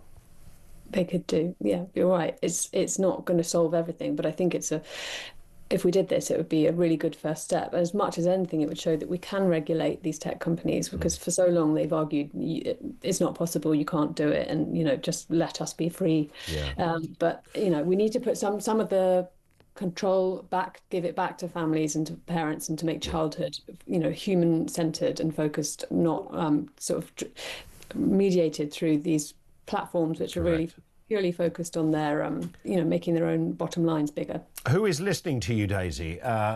People in government? Is there anybody taking this seriously? Are these just lone backbenchers who are trying their best, but it's never really getting any serious traction? What's the gravity of this campaign? I think that there's a lot of appetite in government and across party for more action.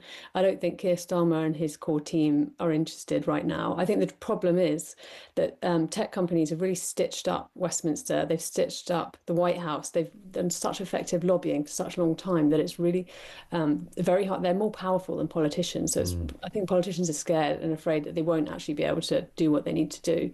But what tech companies haven't guarded against is people power. And the numbers of parents that have joined this movement since it started less than 2 years ago, we had 350,000 parents across the UK join, and we've got 40 global spin-off groups that have started from countries from Nigeria to New Zealand. Wow. This is something, we're all dealing with the same issue here, which is addictive tech, which doesn't care about children's well-being. Yeah. And when enough people get together and say, okay, enough is enough, then they can't really resist that. So I feel positive that things are ripe for change. I hope so. And it's a great campaign, and do keep it up, Daisy. Thank you. Daisy Greenwell is the founder of Smartphone Free Childhood. You can Google them and find out a little bit more. Couple of obvious, often asked questions. Well, why would your kid have a phone? There is that. Why would they have an iPad? There is that. When they get to certainly when they get to secondary school, a lot of their homework is done on an app. See the app, see the website for details, etc. I'll just go back to it. I cannot believe that you couldn't buy, or there isn't within the software the ability, if I want to make, for example, my phone, the App Store, password sensitive. So every app I look at, I have to put my password. I can do that, okay? But it's my password. So if my kid has an iPad that he does his homework on and some gaming, I have no problem with that.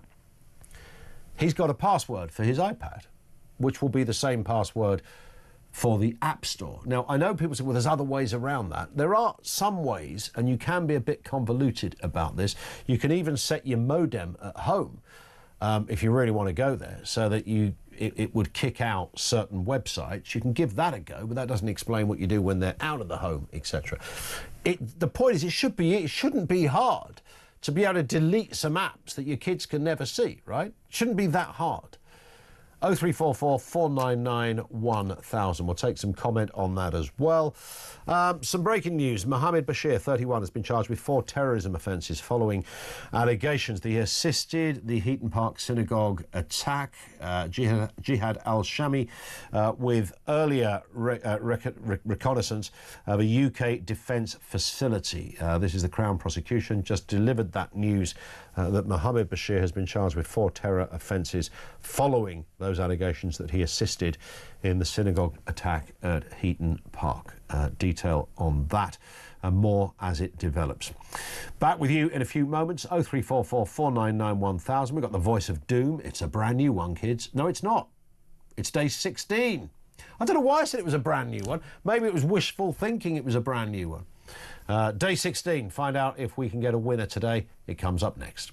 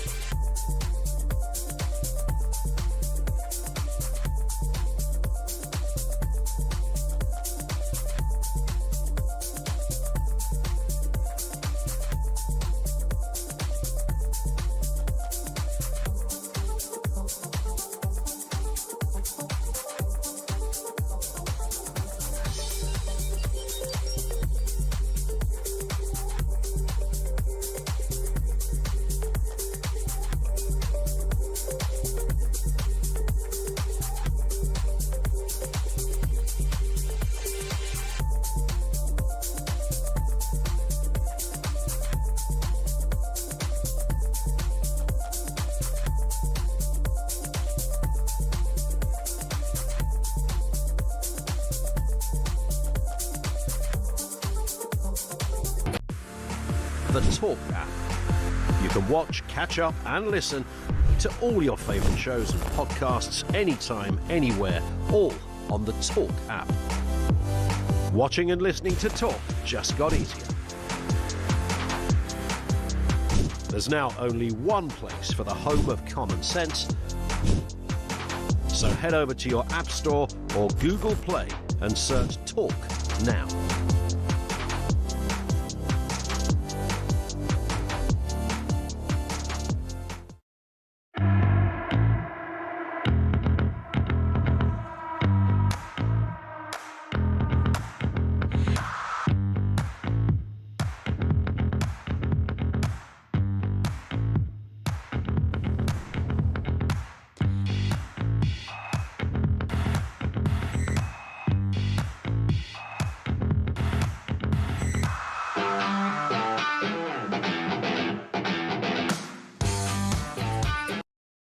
Across the UK, on DAB+,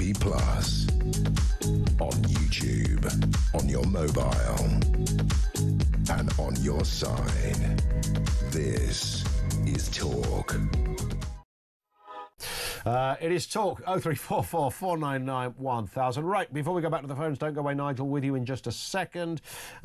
Voice of Doom, day 16. So for the uninitiated, it's mystery voice territory, but it's a politician, dead or alive, left or right, young, old, whatever. It could be anybody. It's a politician, right? Who is this? Rightly and properly. It is a stinker, but that's never held you back before. But we've got to 16 days, and no one so far has got anywhere close. Here it is again. Rightly and properly.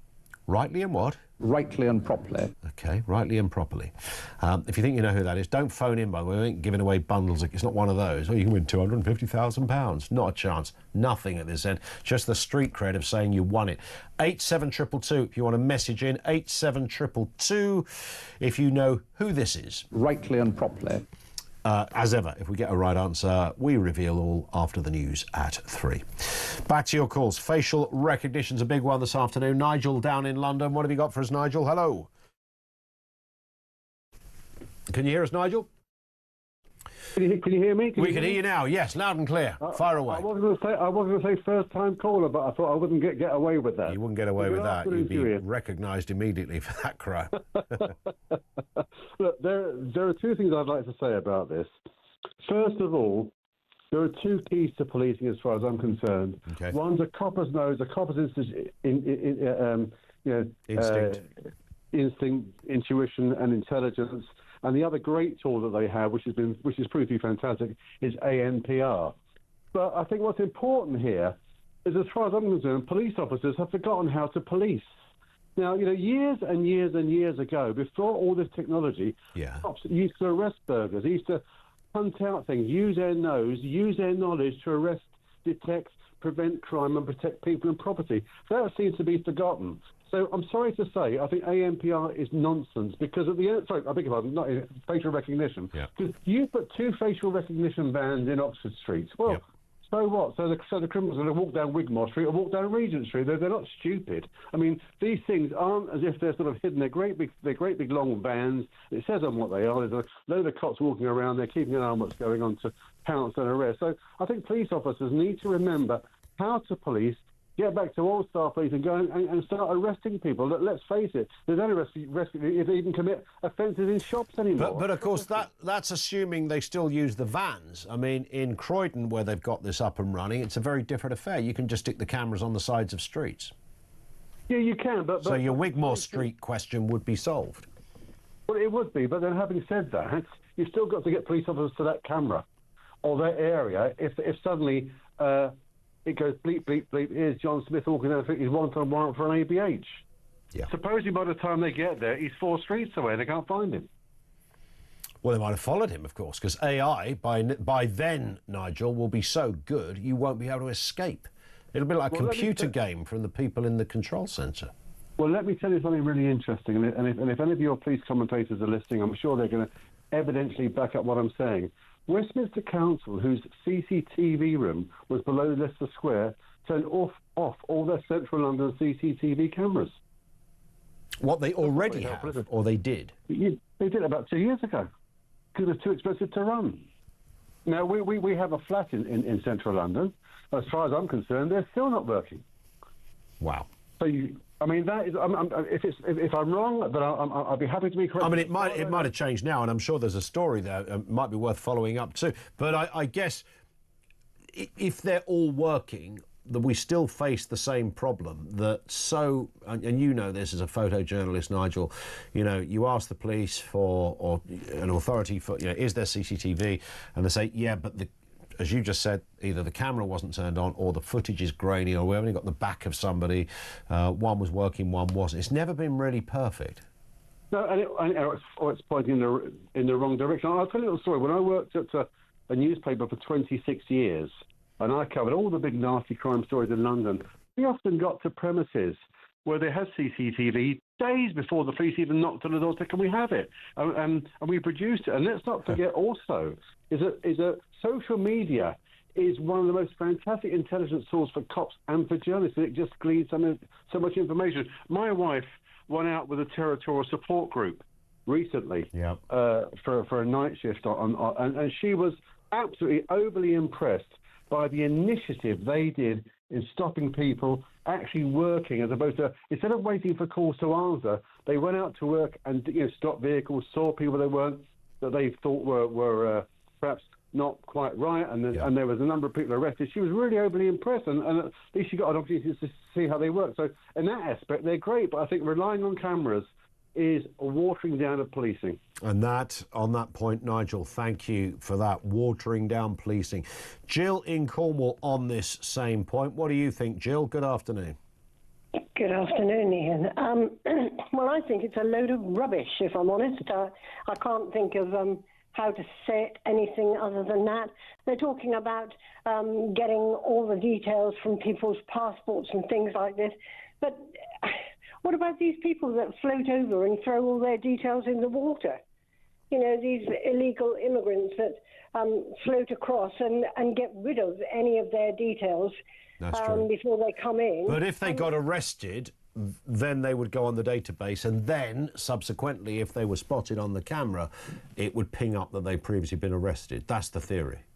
Well, if they got arrested, you know, I mean, how many are arrested at the moment that are illegal with no paperwork at all? Well, it's an we have an out-of-control system, don't we, that nobody can seem to get their head around. But you're right, you've entered illegally into a country, but then you've claimed asylum, which ceases to make you illegal. It's bizarre.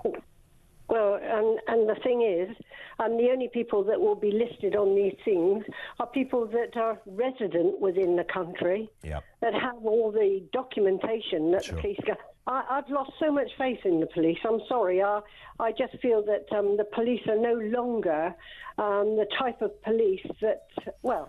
Well, I think there's a lot of serving police officers that feel that there are those in senior positions, whether they are senior cops, at a kind of chief constable level, or whether it's the Home Office itself, that are not being supportive in basic policing. That is felt also by serving rank-and-file officers. Jill, thank you very much indeed for that. Andrew says, police access to passport data will not catch criminals. We all know a lot of passport data is in the English Channel. It does allow police access to the average citizen, however. Voice of Doom on its way. Have we got a winner to this voice? Rightly and properly. Find out after the news at 3.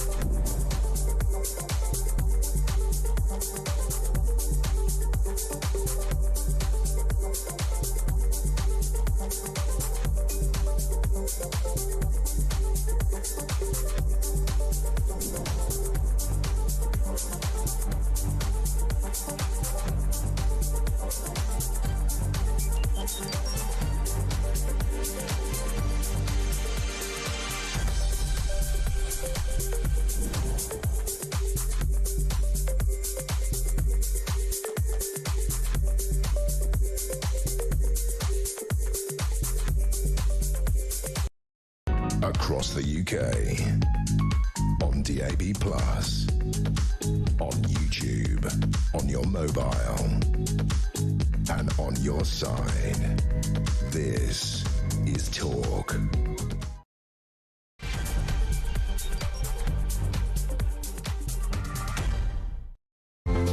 It is Talk 0344 499 1000.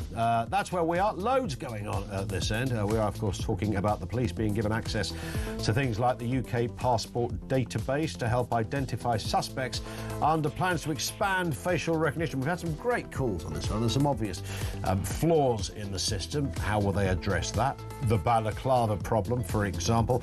But the theory is every town, every village, every city could have facial recognition under this new proposal.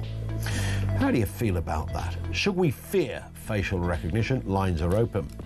Also this afternoon, something else we should be worried about. Labour has postponed 4 new combined authority mayoral elections from next May to 2028.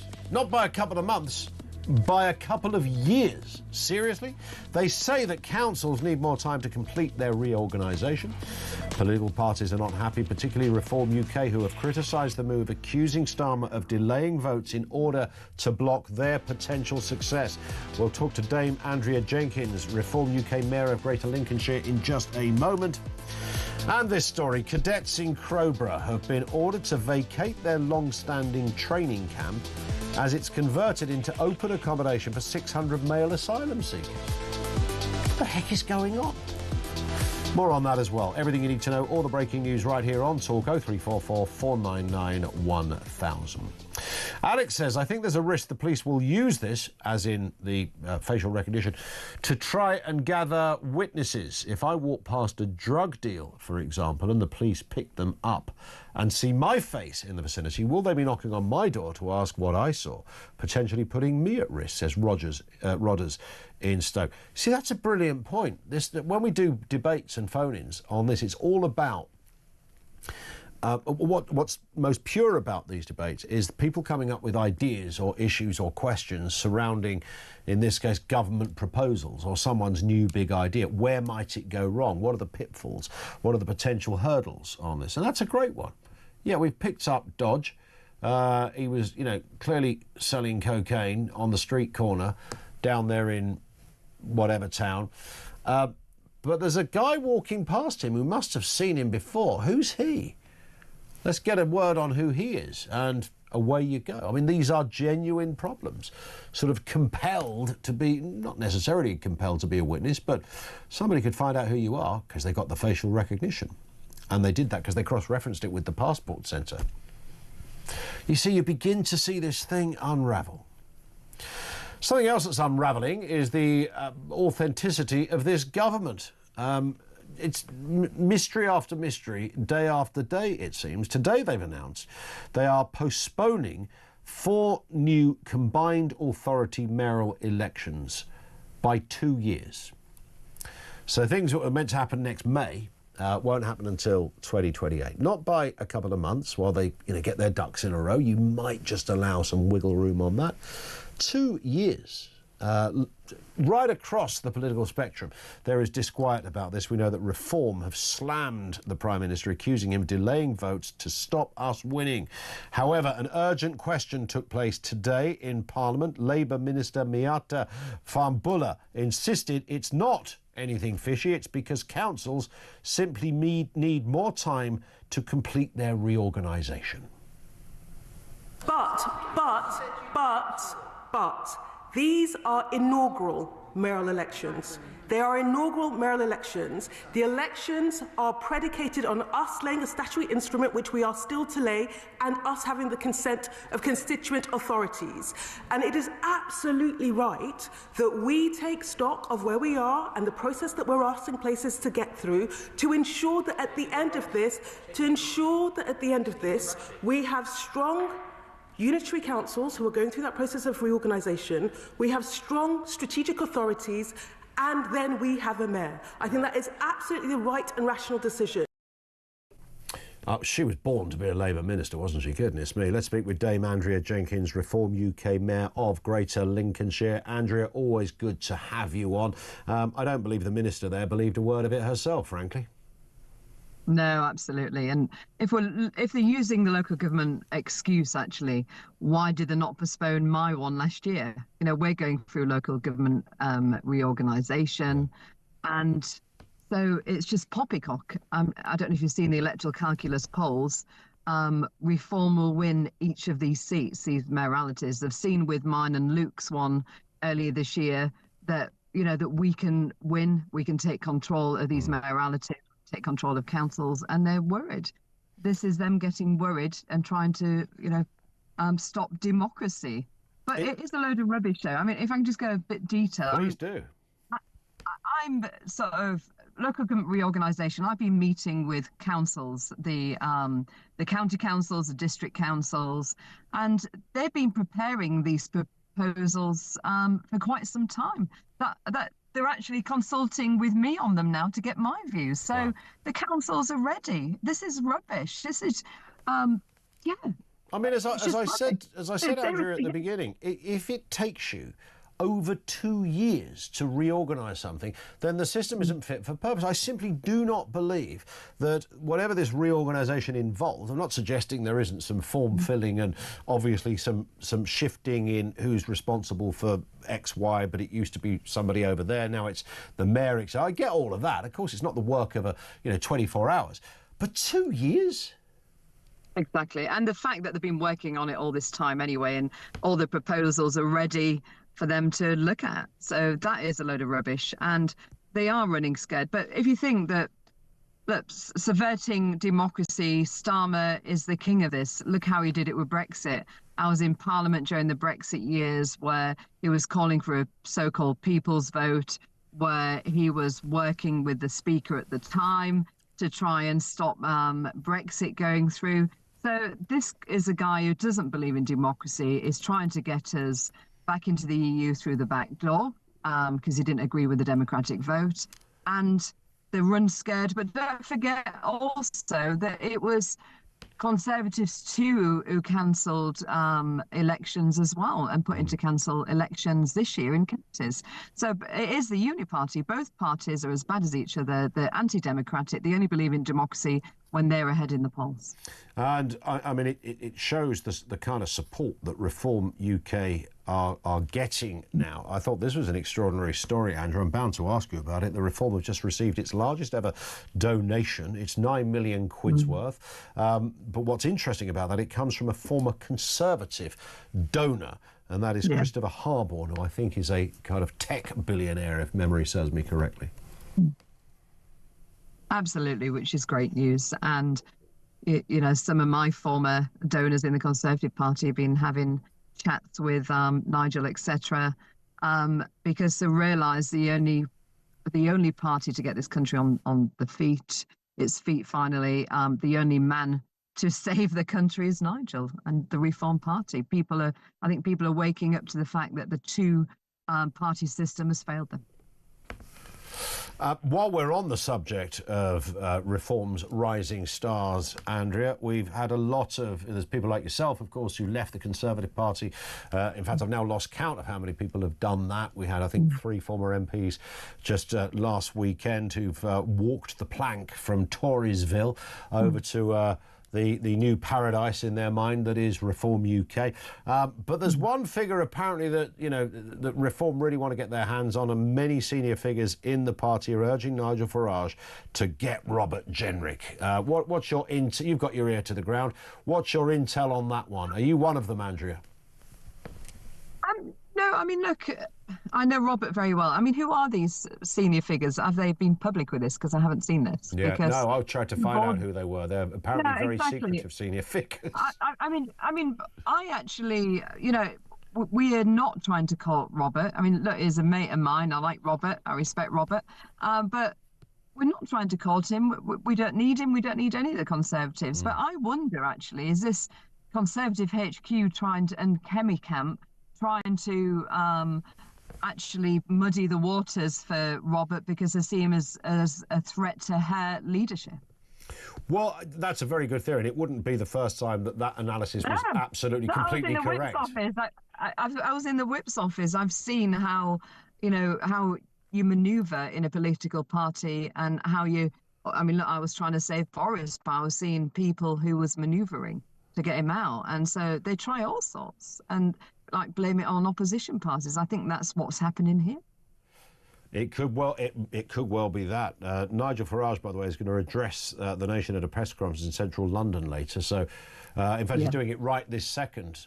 So I'm sure a lot of these questions, Andrea, are being fired at him as we speak, and maybe at the end, I don't know, maybe he'll introduce Robert Jenrick. We'll have to, and mine and your theories won't be true, but who knows? No, I'll eat my words. Well, yeah, mine too.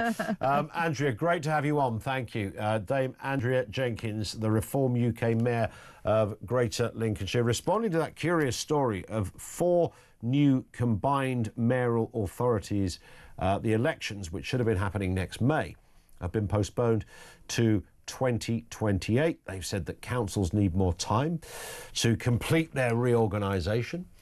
I don't buy that at all. I simply don't believe that it would take, from where we are now, they're talking about 2.5 years almost, in order to complete a quarter of a decade to complete their reorganisations. Areas affected are Essex, Hampshire, Solent, Sussex, Brighton, Norfolk and Suffolk. Those polls were due next month. I should say that I read that all as one. That's Essex, Hampshire and the Solent, Sussex and Brighton, and Norfolk and Suffolk. That's got to be, is that one mayor for Norfolk and Suffolk? Maybe it is. One neck of the woods. Because it is, after all, this new kind of combined authorities. So one would assume so. But they put it off. They put it off. It would be, think about it.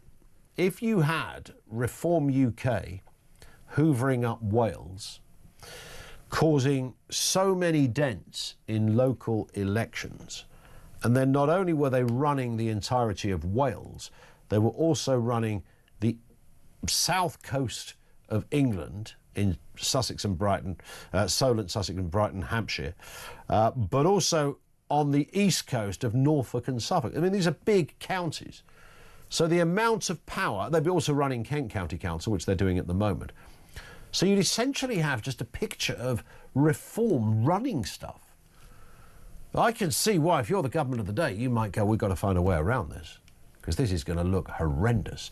I don't know whether there's a legal case that anyone can bring, and how you could prove or disprove that the government's claim that they need 2.5 years for councils to realign themselves, whether there's any kind of truth or backbone to that. 0344 499 1000. Back to your calls. Big subject of the day has been facial recognition. On this point in Bedford, this is Jules. Hi, Jules. Ian, hello. Hello. So, a little bit of a rabbit hole for you, I'm afraid. See how this fits. I love a rabbit hole. Fire away. Always ready for a rabbit hole. So we already know that we are the most policed country in the world for free speech comments and ending people up in court, if not actual jail. Yeah. So then we're rolling out facial recognition basically throughout the country in all sorts of communities. We're cancelling elections and we're scrapping jury trials. Yeah. What we're looking here is a perfect storm as a system for being built for crushing dissent. The sort of dissent that might arise, for example, if the current government decided to ban reform, knowing that they would lose to it catastrophically in the next election. And to anybody who says, oh, they couldn't do that, look what's happening to AfD in Germany. And by the way, I'm not equating reform with AfD. I'm simply saying that a politically inconvenient party can be prescribed by the government of the day if it chooses to do so. Yeah, well, that, you see, there's the problem, isn't it? I mean, it does... 10 years ago, we wouldn't have been having this conversation, Jules, I don't think, but it forces you into this place, doesn't it? It does. It does. And we did, of course, have the mother of all dry runs being locked down. So they know how to control the country through fear if they need to. Yeah. It's super sinister what's happening now. Super sinister. There it is, Jules. Thank you very much indeed for that, Jules in Bedford. This one from Betty, who says, all the criminals have fake passports or chuck them in the sea. The smartphone ban is all part of some cause to control the youngsters' voters' access to information because they don't watch the BBC anymore. Although we are talking about 5-year-olds, I'm not sure how much they would vote. All of the 17 to 18-year-olds in Oz voted right or supported anti-Labour parties, hence the social media ban. I mean, that is a bit conspiratorial, but I love the idea, Bets. Thank you very much indeed for that. Some of the lines coming out of Nigel Farage. He has described the mayoral election delay as monstrous. He said Reform would have won those elections. On that donation from Mr. Harborne, he said it's nothing new, Mr Harborne is trying to help us get onto a level playing field with other parties. He doesn't want anything from me. He just happens to think we've not made the most of Brexit and technologies. And the donor that we talked about there, Christopher Harborne, is a technology billionaire, essentially. He's got a lot of money and he's throwing 9 million. When you make a donation, why do you go 9 million, not 10? I mean, if you're a squillionaire, would you go, what point do you go, oh, 10's a bit over the top, isn't it? I'll just make it 9. Interesting times. Let's do the voice of doom then. Have we got a winner? So, the voice we've been playing for 16 days now is this. Rightly and properly. Who is that? These are some of the guesses. Harold Wilson. No, it's anything like Andrew. Andrew Sachs. It's not Andrews. That's Manuel from 40 Towers, isn't it? It's not him. Douglas Hurd. No. Peter Bottomley. No. Edward Brown. No. Brian Binley. No. Can we hear the voice again, Sam? Rightly and properly. We have got a winner. Andy, who's in Northern Ireland, guessed the right answer. That it is, and you're going to be going, who the hell is this guy? Which is what I thought as well. It is Lord, or Baron, Peter Brook. And it's no coincidence that Andy's in Northern Ireland, because that was the main area that he carved his teeth. He was Secretary of State for Northern Ireland for a few years under Margaret Thatcher. He was also Secretary of State for National Heritage as well, under John Major. I don't remember Peter Brook. Then became Baron Brook of Sutton Mandeville. Sadly passed away in 2023. Peter Brook was the right answer. Well done, Andy. You're the only person in 16 days who managed to get it. We'll have a brand new one tomorrow, right here on Talk.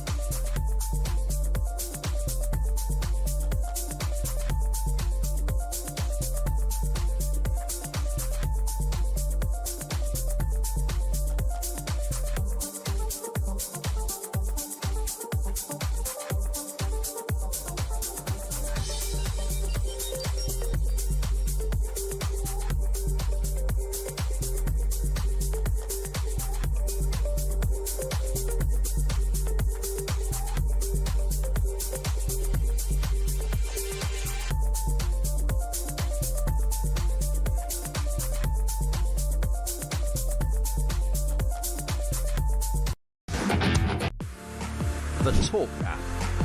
You can watch, catch up and listen to all your favourite shows and podcasts anytime, anywhere, all on the Talk app.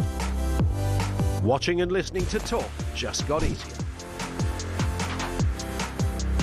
There's now only one place for the home of common sense. So head over to your App Store or Google Play and search Talk now.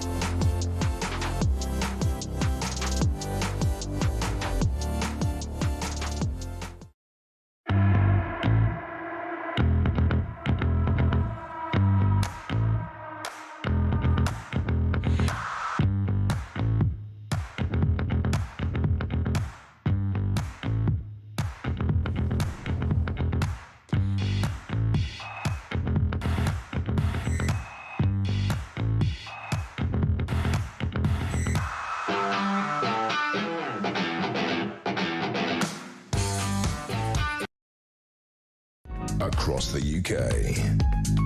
On DAB+, on YouTube, on your mobile, and on your side. This is Talk. There's quite a lot coming from this Nigel Farage press conference. You just had a bit of a pop at the BBC when they asked a question, and we're going to try and get to the bottom of this. It appears he didn't like the way the BBC had talked about him earlier in the day, I would imagine on BBC Breakfast.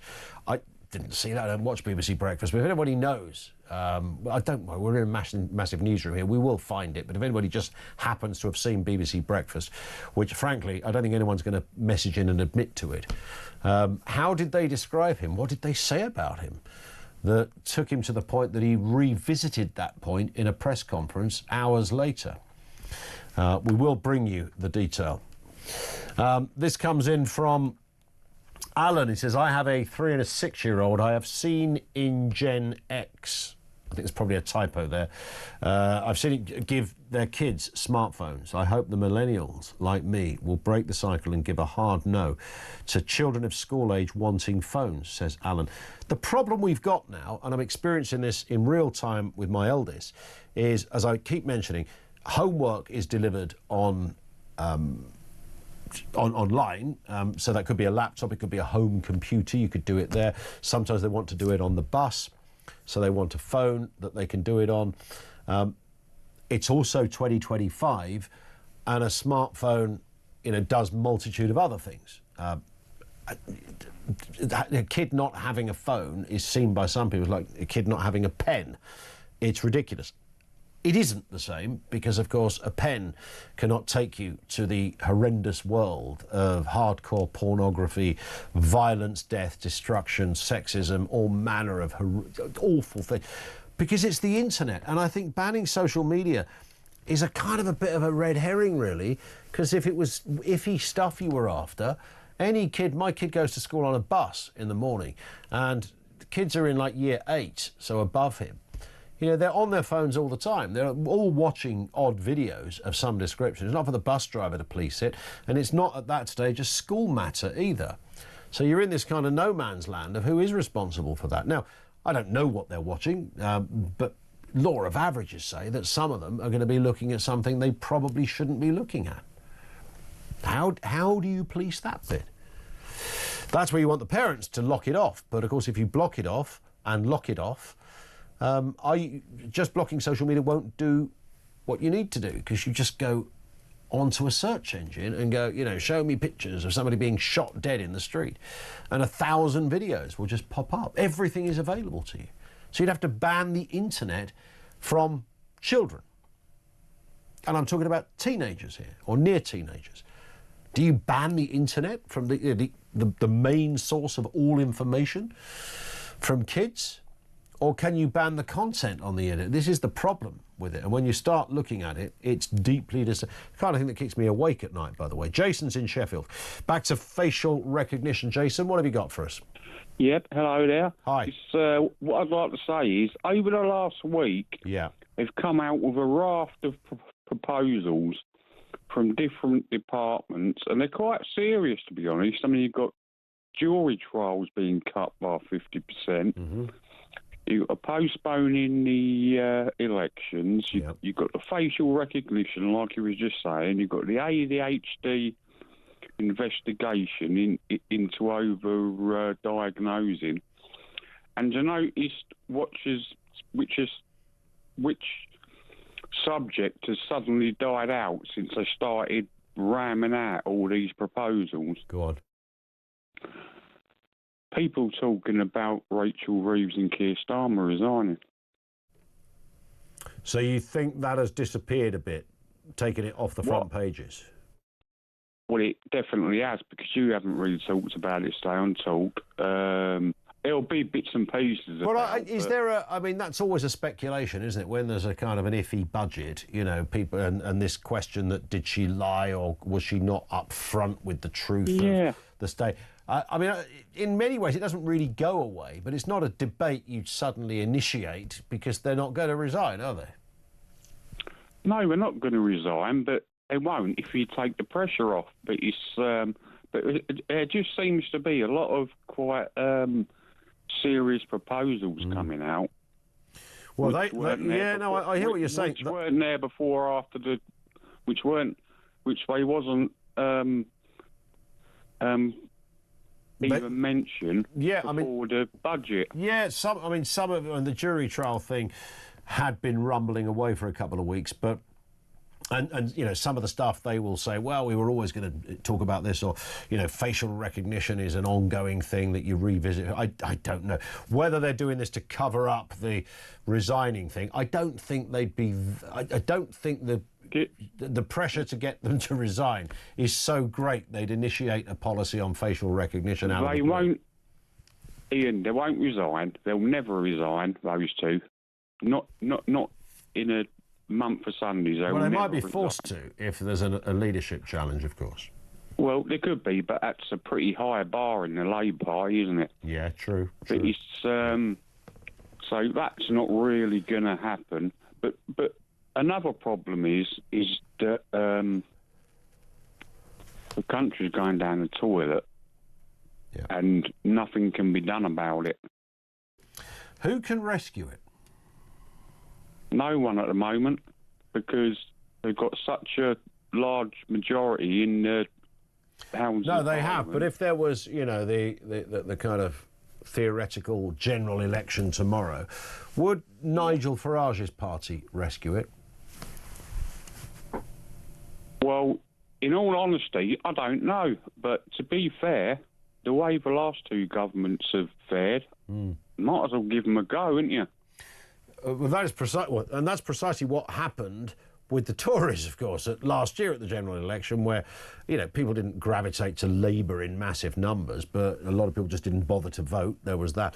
But those that did dip their toe in the red water did so that, well, you know, it can't be anything worse. So they gave it a go. With Reform, and they've got there's a big kind of list of things they're talking about. I think Reform are creating mood music more than they're creating policy. I don't blame them for that. We're years away from a general election. It would be unrealistic to say they should be, you know, laying out a specific policy on, you know, where GCSEs should go next or what an A&E department waiting time looks like. I'm not requesting that of them. They are giving a sense of the sort of direction of travel. Jason, thank you very much indeed. We did take a call. Daniel in Epsom called yesterday. I think he was the last caller of the show, and I thought about this after the programme. I don't know whether he said that Reform UK are planning on deporting 1.5 million illegal immigrants, or whether he'd assumed they will be. Because I can tell you now, they won't be.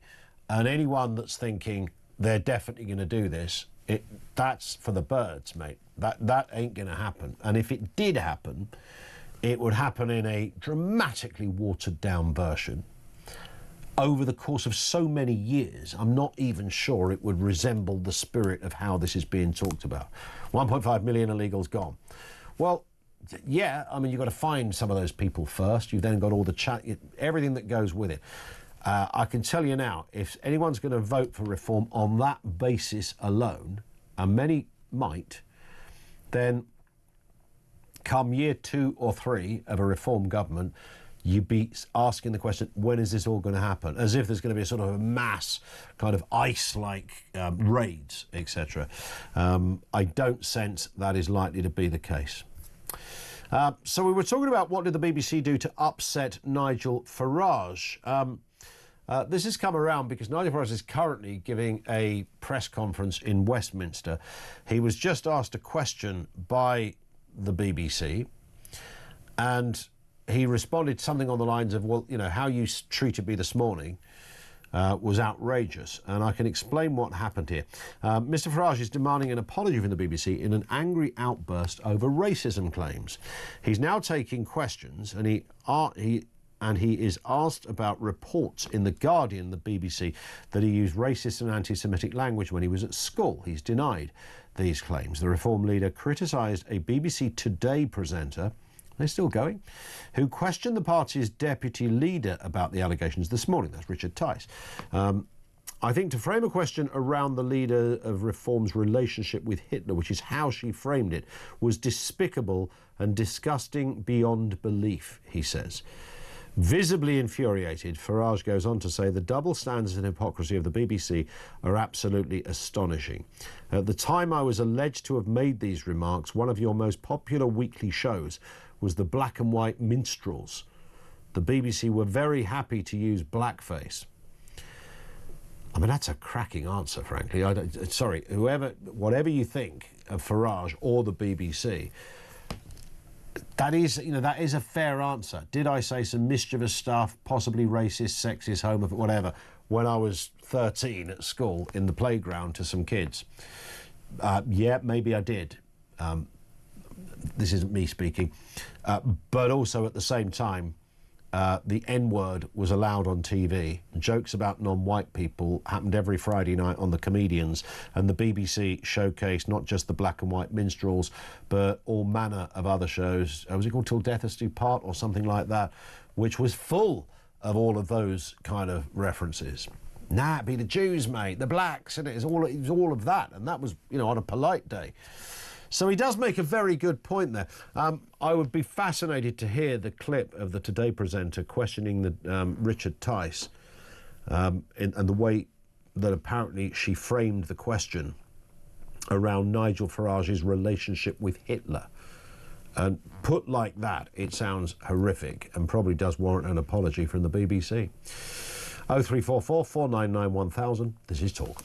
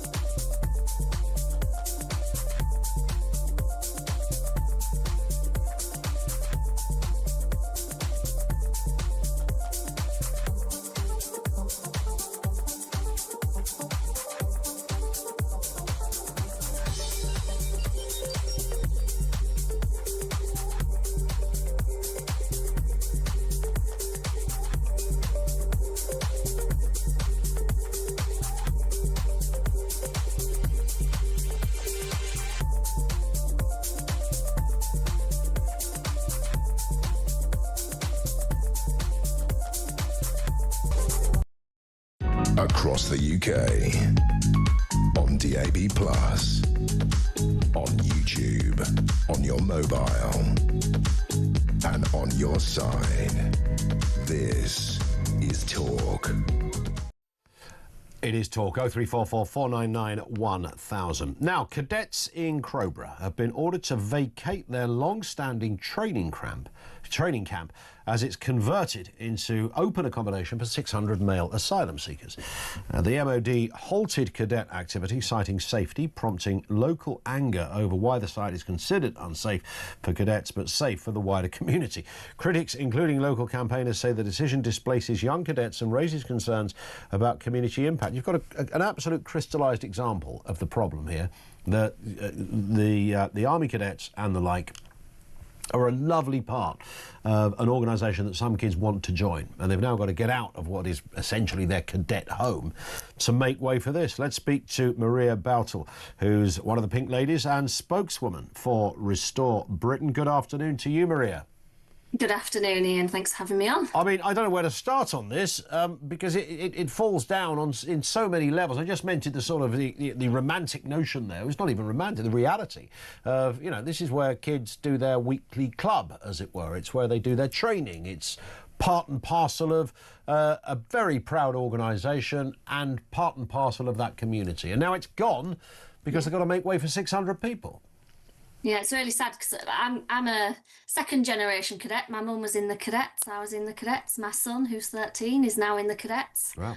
Loves it. It's like the thing he looks forward to all week. Yeah. It's where he builds community and friendships and has like a pride for his nation, and maybe even one day might want to join the RAF. And that kind of very British, beautiful structure that cadets provides. Yeah. It just feels like it's such an important part of our institution, and to put that second place to people who have no right to be here, in my opinion, is really disappointing. But it is also really beautiful to see the Cobra rally round and gather together. Yeah. I think 3 protests this week already. Indeed. I mean, and it's extraordinary on the other issue, which is the sort of safety. You know, we can't have these cadets there because there's a safety issue. OK, so you're admitting there's a safety issue. They are admitting there's a safety issue. So what's the deal here then? So the rest of the community are going to live with this safety compromise. Yeah, for me, this is where, so I think it's the MP, Nusrat Ghani, has said, oh, what about the safety? For me, I would like to see a stronger stance of actually, we need to detain them, full stop, actually. In terms of Restore Britons, we've got I'm sorry to flog it, but mass deportations booklet here that talks about the detention and deportation of people who shouldn't be here. And actually, personally, I would like to see a stronger stance from everyone who represents the public, be it councillors or MPs, to say, don't actually let them loose, because you're saying they're a safety concern. What risk assessments have been done? What consideration or consultation with the people have been done? None. And that is why you're seeing people out marching, because they've seen the news stories. And even if it's escalated because of panic and worry and the unknown, that is the fault of the people who are not fighting their case and saying, we don't want them here, full stop, let alone let them here, and let's think about how we can make it safer. I mean, Maria, this subject joins a long list of mad upside-down decisions and things that are going on in our world right now. I mean, if we were sitting in a pub 20 years ago having a pint together and somebody said, you know, there are people out there that can't define what a woman is, I mean, they'd have to pick us up off the floor because we were laughing too much. You know, it would be such a preposterous idea that this was a thing. And similarly, the idea that various towns dotted around the country would be a safety hazard because 600 people on average in each one, and then there's all the hotels, had come across the English Channel on a boat illegally, and you would try to explain this to them, they'd think you were bonkers. They would suggest they'd probably want to get you referred to a clinician because they'd think, I spoke to this mad person in a pub who was telling me about people floating across the channel. This is the reality of where we're at in life now.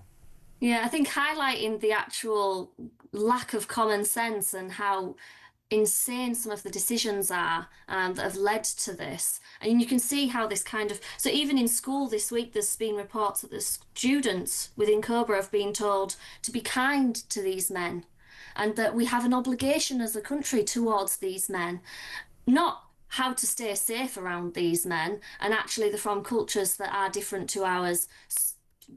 It's this kind of suicidal empathy word we keep hearing, and it's very true. This is exactly a perfect example of how, be kind to these people. We have an obligation to these people. Someone needs to say, no, we don't have an obligation to these people. And actually, we need to detain them to assess who they are and then send them where they belong, because it's not here. It's not in Cobra. Listen, on that point, I mean, we're in a confused time, as we said. Maria, thank you very much for coming on and speaking with us. Really appreciate that. Maria Boutel, who's one of the Pink Ladies' spokeswoman for Restore Britain. A bit of breaking news as well just come in too. A major incident declared and 200 homes evacuated after 2 men are arrested on suspicion of explosive offences. This is around about 200 homes have been evacuated and a major incident declared after 2 men were arrested.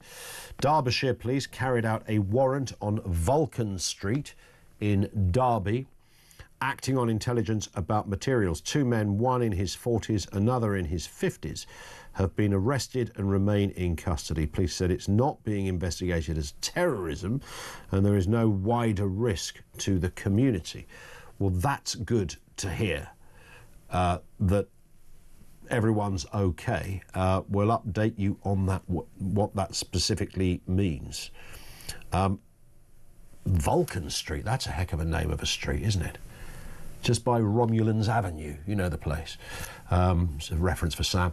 0344 498 499 1000. That's our number. This one comes from Grant. The police use DNA to trace someone when I commit a crime and leave their DNA. If someone commits a crime and leaves their face, they would look for the face. This could cease crime in this country because it will be so hard to get away with it. It could be a good thing. This is facial recognition. Well, that's rather the point in all of this, because it's argued by some that ultimately, and this does sound a bit conspiratorial, the reason why governments have been so lax over crime, and they've cut police officers and they've cut numbers and they've cut the emphasis on, you know, shoplifting, that kind of stuff, the reason they have is because all this stuff is going to come in and there won't be any crime. So if they banned all face coverings, and matey, and we've all seen those videos of people walking into shops and just shoplifting while the security guard literally stands there or even follows them around as they're doing their shoplifting and then watches them walk out the store. I have no idea what the poor security guard is. I appreciate he's told not to get involved because he might get lamped. I get that, but I mean, why is he there in the first place? What's the purpose of that? So these people... None of that could happen because this facial recognition stuff, and I think this is the point that Grant is making, if there were no face coverings, that would be illegal. So the minute you had a face covering on, you'd be nabbed. So balaclavas are out, medical masks, religious garb, all out, that's all gone. So everybody would get caught whenever they commit a crime. It would be impossible to commit a crime. There would be no crime, hence. Ben is in Cornwall. Ben, what have you got for us? Actually, hello there, mate. Hi. I've actually got that in China. They've been doing this for obviously quite a long time, and they can actually identify you by your gait. I've heard this. So they will know just by the way you walk down the street. And your build and everything else. It's so Bob walking down the road. We know that walk anywhere. All the face masks and all that won't actually matter, and all the talk of disguises. And you can change your walk, can't you? I mean, you could do a sort of slightly inappropriate limp. But also on that, you know, in China, they've like got it down to a T. They've got you like, they have like, if you walk out your back door and things, that's a bad tick on, if you're especially in the Xinjiang province and all that. So, you know. I wonder how, what the kind of data from China looks like in terms of how that particular aspect of their capabilities has been used. Yeah, and how accurate it is and whether they I mean, it would be terrible if you had literally just fallen off your bike, so you've got a bit of a limp, and they're looking for somebody with a limp, and it's exactly the same one that you've... I don't know. There's a whole sitcom, you know, the Ministry of Funny Walks, isn't it? The Monty Python thing. Back to your conspiracy theory, like, maybe it's the other way around. Maybe they've let crime go lax so they can bring this in. Yeah. You know what I mean? Well, I mean, there is you are forced to ask these weird questions, right? Why don't they stop the phone snatching? They could do that overnight if they wanted to. You know. Well, you've got to catch those characters on bikes, haven't you? Or a bit lively down an alleyway. Everyone's got the technology, weirdly, to follow the phone to where it goes, arrest them, follow where it goes to the port, arrest them. You know what I mean? It's not, you know, copper or anything, but that'd be a pretty obvious one.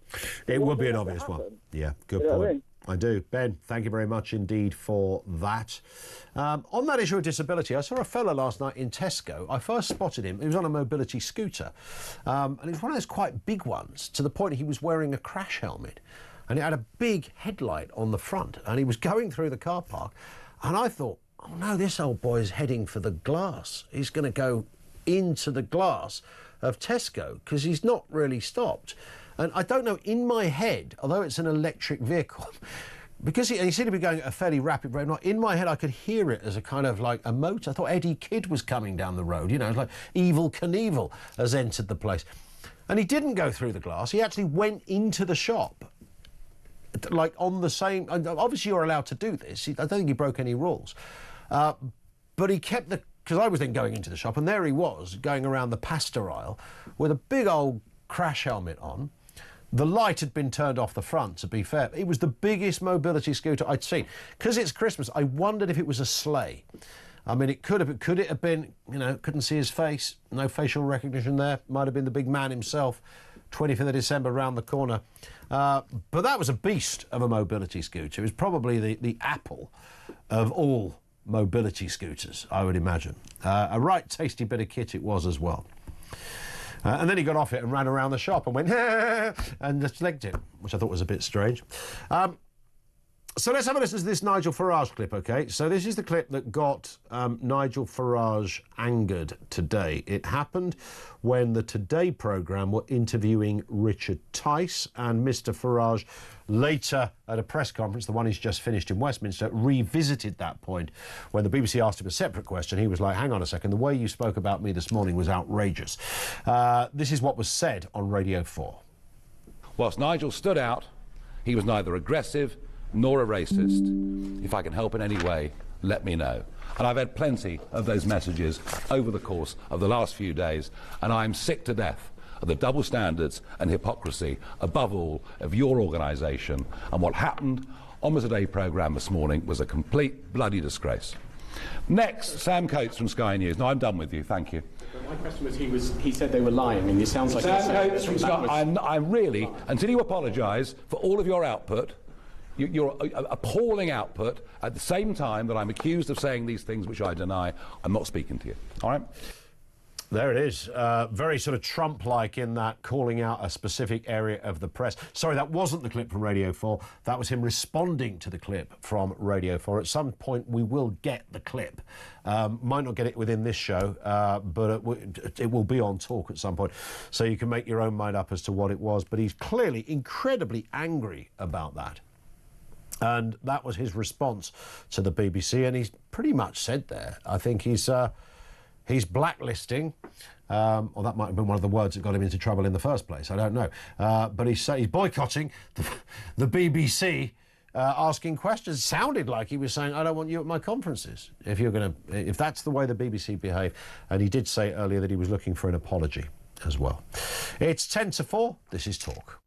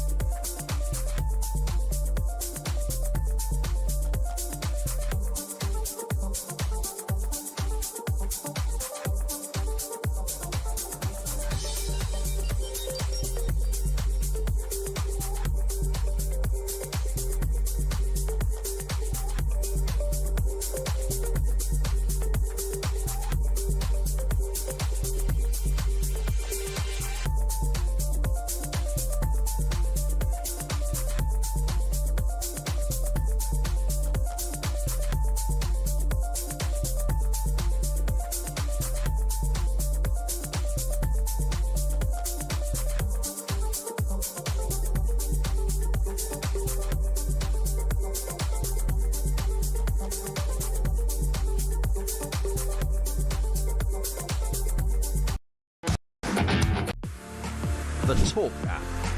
You can watch, catch up and listen to all your favourite shows and podcasts anytime, anywhere, all on the Talk app. Watching and listening to Talk just got easier. There's now only one place for the home of common sense. So head over to your App Store or Google Play and search Talk now.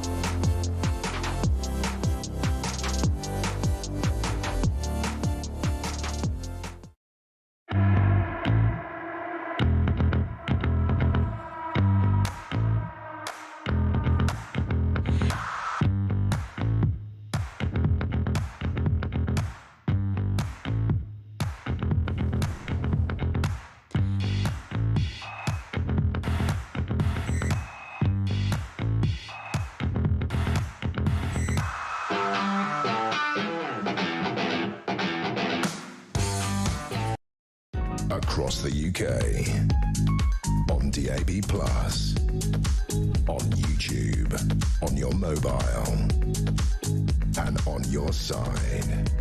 This is Talk. From Michael, it says, Ian, good afternoon. Mike in Cheshire here. Facial recognition. If you've got nothing to hide, you have nothing to fear until the time comes when someone in power decides they don't like your comments or your attitude towards a particular controversial subject, or you go on a protest for good reason. A less benevolent government could decide they don't like you, even though you've broken no laws. The bottom line is it's a very dangerous, slippery slope. Absolutely bang on. And I want to hear politicians get into that if they're going to debate something as big as this. Because it's a bit like AI. I keep saying to mates, you know, when they're showing amazing AI videos and what they can do and the capability and this can happen and legal decisions that are made by AI and banking apps that can do extraordinary transactions without an individual. I always say, you have to remember, this is like week one of AI. This is week one of AI. All that stuff that's impressing you, this is week one. And similarly with facial recognition, we're on day one here of this proposal. If that comes into being, what else can it do as well? And the point that Michael made, you know, what other government could come in and what they could do with it. You literally have to ask those questions.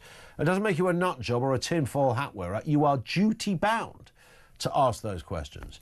So the BBC, forget tying yourself in a knot over what Nigel Farage did or didn't say in the playground when he was 13.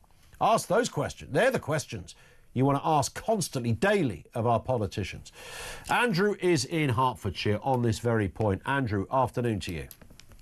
Good afternoon. I mean, what's next? That he used to eat blackjacks? I mean, come on. I mean, they're really genuinely just writing. I was more of a fruit salad man myself, but I take the point. Exactly. It's just pathetic, isn't it?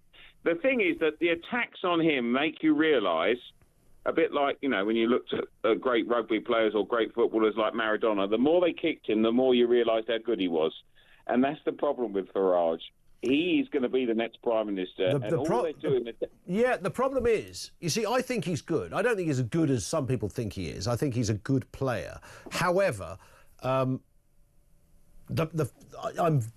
supremely uncomfortable, Andrew, with the idea that we judge someone through the prism of their years at school and what they might have said or thought. And I think that's a slippery slope. And, you know, some of the stuff, you know, it sounds horrific and nobody is defending it. And, you know, Nigel Farage said, you know, back then I probably said stuff. I think he's denying anything personal to any individual. But, you know, in the 70s, when this was all apparently happening, you know, there was all sorts of stuff that today looks horrendous. Doesn't defend it, but it explains it. Yeah, it does, and you can't judge. It's not hard to understand. I mean, yeah, exactly. You just got to be more grown up around this. And at the end of the day, when you boil it down, he was a child. Peter Mandelson joined the Conservative Party. He was a friend of Epstein. He's still a lord, and everybody won't go near him. Yeah. So come on. It's a great point. And shall we then initiate now, Andrew, the new game of exposing what politicians said when they were 13? Because that would lead us into all manner of fascinating territory. Andrew, you've been beaten by the news, I'm afraid. Thank you, Andrew in Hertfordshire, but point taken. You could go down that route, couldn't you? What did you say when you were 12, when you were 13? So let's go to every politician, all 650 of them. Alex Phillips, who's here now for Am trial. I the news? You said I was You are the news. beaten by the news. I know, beaten by the news. I am the news. The news that is Alex. Yeah, you'd have to go to every single one of them and then talk to all the classmates and go, right, here's, you know, Mrs. Miggins, who represents Bromley East or something. Anyone go to school with Mrs. Miggins? Here's the phone number. Ring this now. Oh, you remember Mrs. Miggins pushing a girl in the playground? So I've got a couple of things on this. So first of all, I was actually bullied when I was in year 7 at school, quite badly.